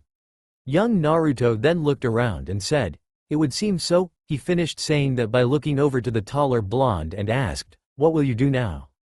Naruto said to the Kyuubi and young Naruto, "Well, this is where I leave you two to your own devices. You can go and do whatever, I don't care. Go and destroy the other villages or even meet the other Jinchuriki, heck, free the other Biju." Naruto then made a portal appear next to him before he started to walk through it, but before he walked through he turned his head to look at the younger Naruto then said, "Happy birthday. I hope you like the birthday gift I gave you." Young Naruto was shocked. He hadn't looked at any newspaper or calendars, so he had no idea it was his birthday. He then said, "Thank you, I love it, it's the best gift I have ever gotten." Kyuubi's sweat dropped at this and said, "Kit, this is the only gift you have ever gotten." Young Naruto turned to his right and said, "I know you furball, I want him to know I like his gift." Kyuubi rolled his eyes and said, "Fine, my bad." Naruto coughed into his hand to get their attention. When they were looking at him he said, "I'm glad you like your gift, I'm sorry but this is where I leave you, goodbye." He then turned back to his portal and walked through it, leaving young Naruto and Kyuubi to themselves. Kyuubi then looked down at his Naruto and said, "Happy birthday, kid." Young Naruto turned to Kyuubi and said, "Thank you, Katsuro. Want to finish off the civilians now?" Kyuubi cracked a wide grin and said, "I would love to." He then started to stand up to his full height after Naruto jumped on his head. They then headed off to a part of the village that was still standing. Scene change, Council of the Gods. The gods were currently in a heavy debate, or more accurately, Zeus was yelling like usual. Their topic of argument, Naruto, they were arguing over what their course of action should be, whether they would hunt him down or let him be. Zeus was in the middle of yelling out his opinion, which was, "Of course we should go after him. He can't just run away and be on his own like that." Zeus finished yelling out. Zeus' brothers were once again by his side listening to his screaming. His brother Hades was leaning far back in his chair looking as if he hadn't slept for millennia. Poseidon was also sitting back in his chair, but unlike his brother, he was sitting straight up and was actually paying attention to his surroundings. Anubis was the closest to the three brothers, but he was one of the gods paying the least attention to what they had to say, or more specifically, what Zeus had to say. Ra was following Anubis' lead and wasn't paying Zeus any mind. Shinigami was the closest to Zeus of her and her sisters, and she wished for once she had talked Yami into switching seats with her. Kami was trying her best to keep a neutral stand in the discussion, but she was getting so close to standing up and just saying, "Fuck it," and kicking everyone out. Yami was one of the furthest gods away from Zeus, as she was seated almost on the arch of the table. For once she was glad she had this seat. Next to Yami was a woman with long, flowing, and curly white hair with black ends. She also had creamy white skin with a beauty mark under her right eye. She had beautiful blue eyes. She was dressed in a black camineo with red trimmings, ending above her ankles. This was the goddess Amaterasu. She didn't normally attend meetings, and for once she wished she had skipped out, but Kami had asked everyone to come. Next to Amaterasu was another woman. She had long, smooth black hair tied in a ponytail going to her mid-back, with some hair covering her right eye. She had black eyes with seemingly no pupil. She was dressed in a black kimono with dark purple trimming. It also had little white dots making it look like the night sky. In her left hand, she had a staff leaning against the desk topped with a crescent moon. This was the goddess Tsukuyomi. Like her sister Amaterasu, she didn't normally attend meetings as she was always busy. Sometimes she would also skip meetings, and now she remembered why. Next to Tsukuyomi was a man a little taller than her. He had black hair with some white hair mixed in going down to his shoulders. He was dressed in a white kimono with a bit of red on the front and on his hips. On his left hip, he had a sheathed katana. This was the god Susanoo. Like his sisters, Susanoo was always busy and or skipped a meeting to avoid Zeus. He was quite annoyed that he had to hear Zeus yelling. Next to Susanoo was a woman with smooth black hair going down to her mid-back, with beautiful, light blue eyes. She was dressed in a white kimono with little red linings on the hips and wrists. This is the goddess. She didn't have many godly duties, but she would prefer to do them for the next century than hear this buffoon yelling. Next to her was a man with messy black hair going down to his shoulders. He had dark brown eyes that made it hard to see the pupil. He was dressed in dark brown, black kimono going down to his waist. On his lower half he was wearing bunched up white harem pants that were tied up at his midcalf. Leaning against the desk in front of him he had a naginata with a bit of red rope around the base where the blade meets wood. This was the god Izanagi. Just like the man across from him at the other side of the desk, he could care less about what was being said, though he did try and pay attention to everything Kami was saying in response to Zeus. This was the scene inside of the council room of the gods. Their topic of discussion, was indeed Naruto, and their takes were of course different. Zeus wanted to hunt Naruto down and maybe capture and or kill him. Kami was speaking for herself and her sisters when she told everyone that they should leave Naruto to do his own thing. Amaterasu and her sister Tsukuyomi along with their brother Susanoo just wanted to meet Naruto. They had yet to do so and would prefer to meet him before making a decision on their course of action. Izanami and her ex-husband Izanagi could care less about what Zeus wanted to do. They had been around long enough to know everything always worked out in the end. Of course, if you tried to interfere, things could always go worse than what you thought was going to happen. That's why they took a more hands-off approach to everything. Zeus of course was trying to get everyone on his side against Naruto so he would have a chance at claiming the head seat at the Council of the Gods. He was also concerned about their other little problem. I am sure Naruto-sama is doing just fine on his own. There is no possible threat to him on any world he may visit. Kami said to the still seething Zeus. I do not care if he is in any danger, I am saying he still has his duties he must perform. Zeus yelled out. Kami then narrowed her eyes at Zeus and was about to speak before she was interrupted by Anubis. You should watch your tongue, Zeus. You never know whose ears your words may reach. It was at this time that a portal silently opened up above Naruto's chair. He then quietly came out of the portal and floated down into his seat. No one seemed to have noticed him pop out of nowhere, and he was glad. He still wanted to hear what everyone was talking about. As Naruto was readjusting himself in his chair into a more relaxed pose, Kami spoke up. Yes, I agree with Anubis. I will not stand for any blatant disrespect of Naruto-sama, no matter who is the one who says the disrespectful remark. Naruto, hearing this, let a small smile come onto his face. He then started looking around the table, first looking over to Anubis and Ra. He saw Anubis' ears twitching on his head along with his nose twitching every now and then. Anubis then with his eyes only looked over at Naruto and widened his eyes a bit in surprise. Naruto, not wanting to get found out so soon, put a finger up to his lips in a ing motion. Anubis gave a small, unnoticeable nod to Naruto. Ra was looking at Anubis and followed his gaze to Naruto. He too gave a small, unnoticeable nod to Naruto, in recognition of his request. Naruto then looked over to the other side of the room and saw the other side of the desk actually had gods sitting in the seats.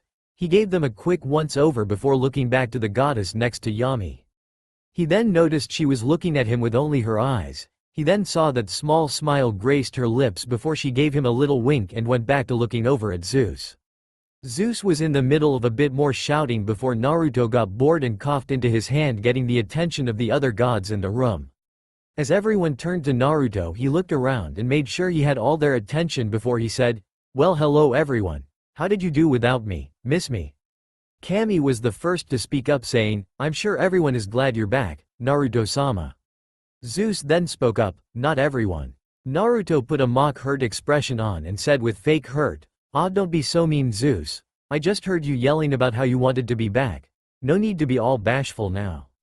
This angered Zeus even more. If that was somehow possible, he yelled out, "Listen here, you little piece of she." Before he was cut off by Kami yelling out, "Zeus, you will hold your tongue or I will cut it out of your mouth." Zeus then said to everyone, "Well, now is our chance to get rid of this punk."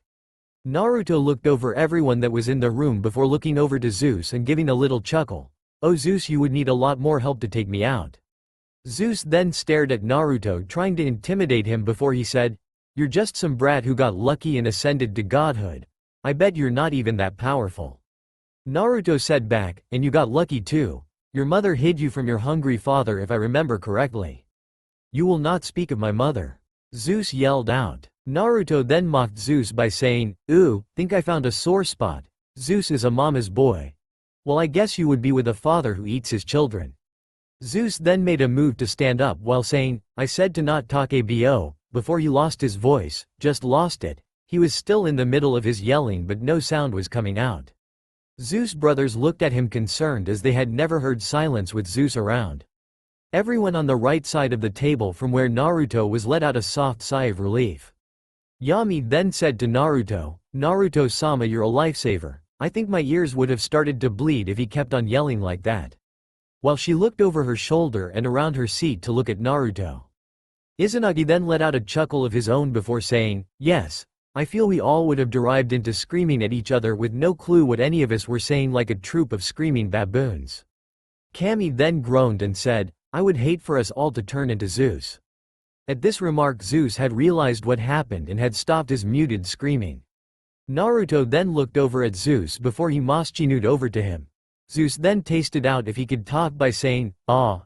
He then looked back over to Naruto before yelling out again, "I'm going to kill you." Naruto just rolled his eyes at the way Zeus was acting. He then said, "Zeus, you may think you are an all-powerful being, but you have to accept that there is someone more powerful than you." Zeus wasn't having any of it, so he yelled out, "Yay, right. Like some brat who hasn't even been a god for a full year yet can beat me in a full-on battle to the death."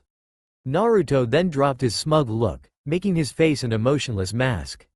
Naruto then said to Zeus, "If you wish to fight me, Zeus, I will not stop you. You are welcome to try." Zeus was now internally jumping for joy at the prospect of beating Naruto in front of some of the other gods. He would get to show them that he deserved the head seat, that he deserved to be the one with that much power and authority over the other gods. Zeus then said with confidence oozing out, "I accept your challenge. When I beat a weak brat like you, I will claim that seat which is rightfully mine. I then think I will strip you of your godhood. You don't deserve to have the power you do." He then started to stand up by putting his hands on the table and leaning forward while standing up, but before he could fully stand up he was flung into his chair, knocking it down before he flew into the wall that was behind him. He was currently held against the wall by what felt like an immeasurable force, his feet off the ground, unable to move, pinned to the wall like his arms next to his head. As Zeus looked over at Naruto, he could see the same emotionless mask on his face. As he tried to pry his arms free in hopes of getting a grip onto something to move his body, Zeus said, "What the hell did you do, you stupid piece of—" before he was cut off by the invisible force increasing, causing the wall to form spider web-like cracks around Zeus' body. Zeus was then pushed into the wall a bit more, causing more cracks to form, while also putting immense strain on Zeus' body. He could feel his body barely holding up, his bones barely staying intact, barely holding the rest of his body parts in place. Zeus now had his eyes closed and his teeth gritted. He was letting out grunts every so often from the pain of feeling his body being crushed. Zeus then opened his eyes enough to see Naruto standing in front of him with his same emotionless mask. Naruto then said to Zeus, "You know, Zeus, I have put up with you for a long time.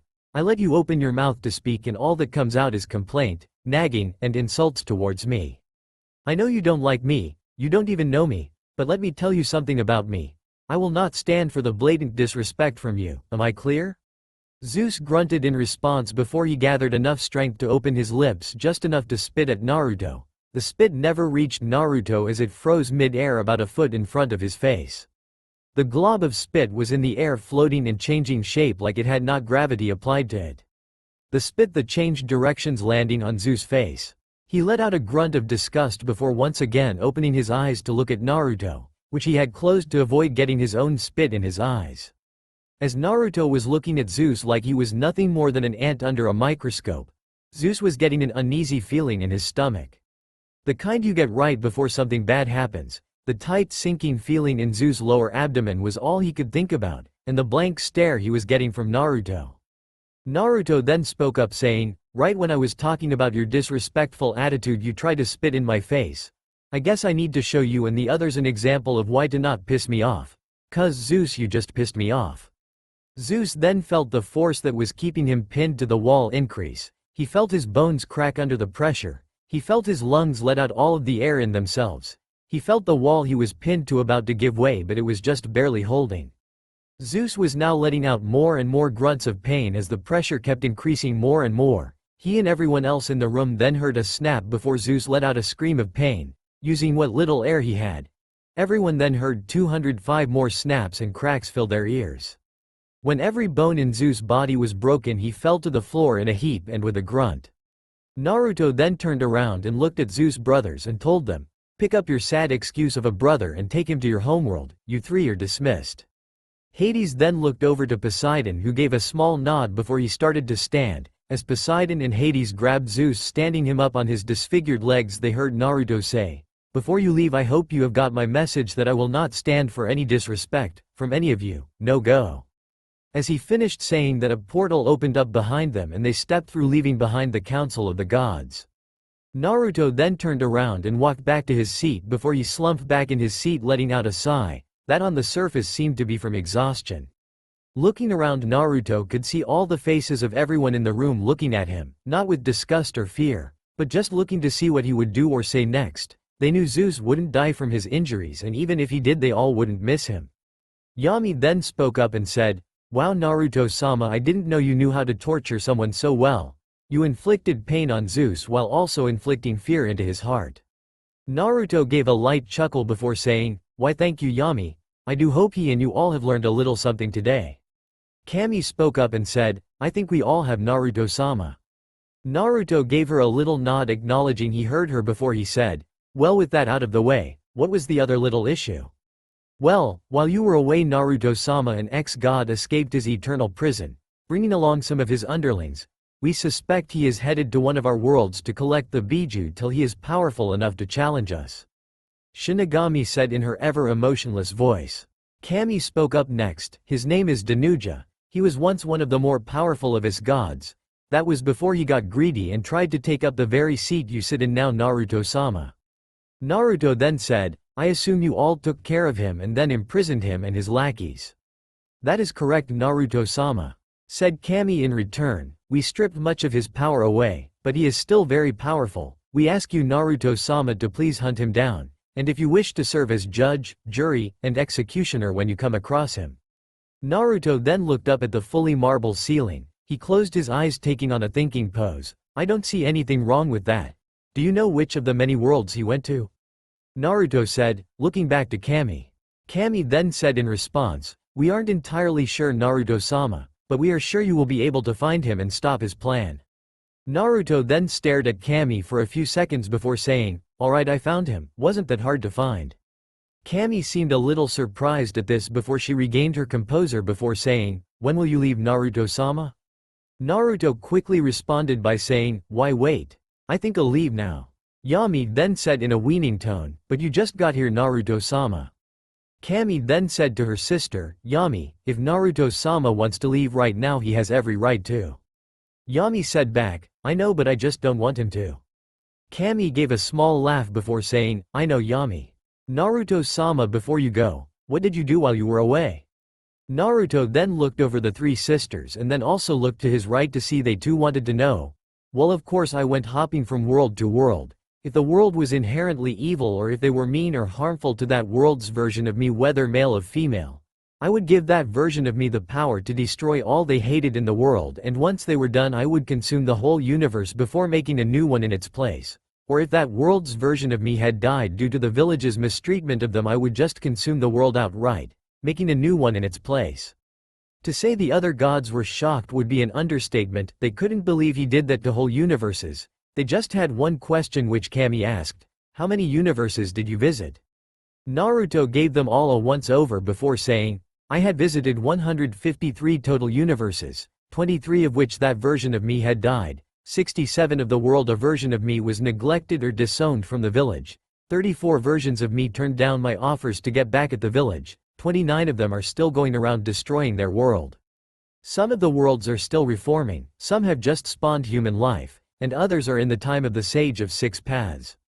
Yami was the first to get out of her shock, saying, wow Naruto-sama, just, wow. Shinigami was next to speak, you certainly have been busy during the year you have been gone. Naruto then stood up while saying, yes I have learned many things while I was gone. I have thought up many cool tricks I can do with my powers. Sorry to cut the reunion short, but I must be going now. Amaterasu spoke up saying, haven't even met and you are already leaving. Naruto then looked over to the other side of the table and said to them, we can have a proper greeting when I get back, I don't think this will take too long. Naruto then opened up a portal to his left before looking over everyone and saying, I best be going now. Yami said, be safe Naruto-sama. Kami also said, yes, please be safe Naruto-sama. Shinigami also said to Naruto, I am sure you will return uninjured, but be safe Naruto-sama. Naruto once again gave everyone a once-over. He got a small nod from Anubis and Ra. He looked to his right to see Amaterasu with the same small smile she had before. Everyone else gave him a nod, confirming that they heard he is leaving. He then turned to the portal and stepped through while saying, here I come Danuja, you better be ready. He then disappeared to an unknown world. That's all for now. If you enjoy, then please like, share and do comments.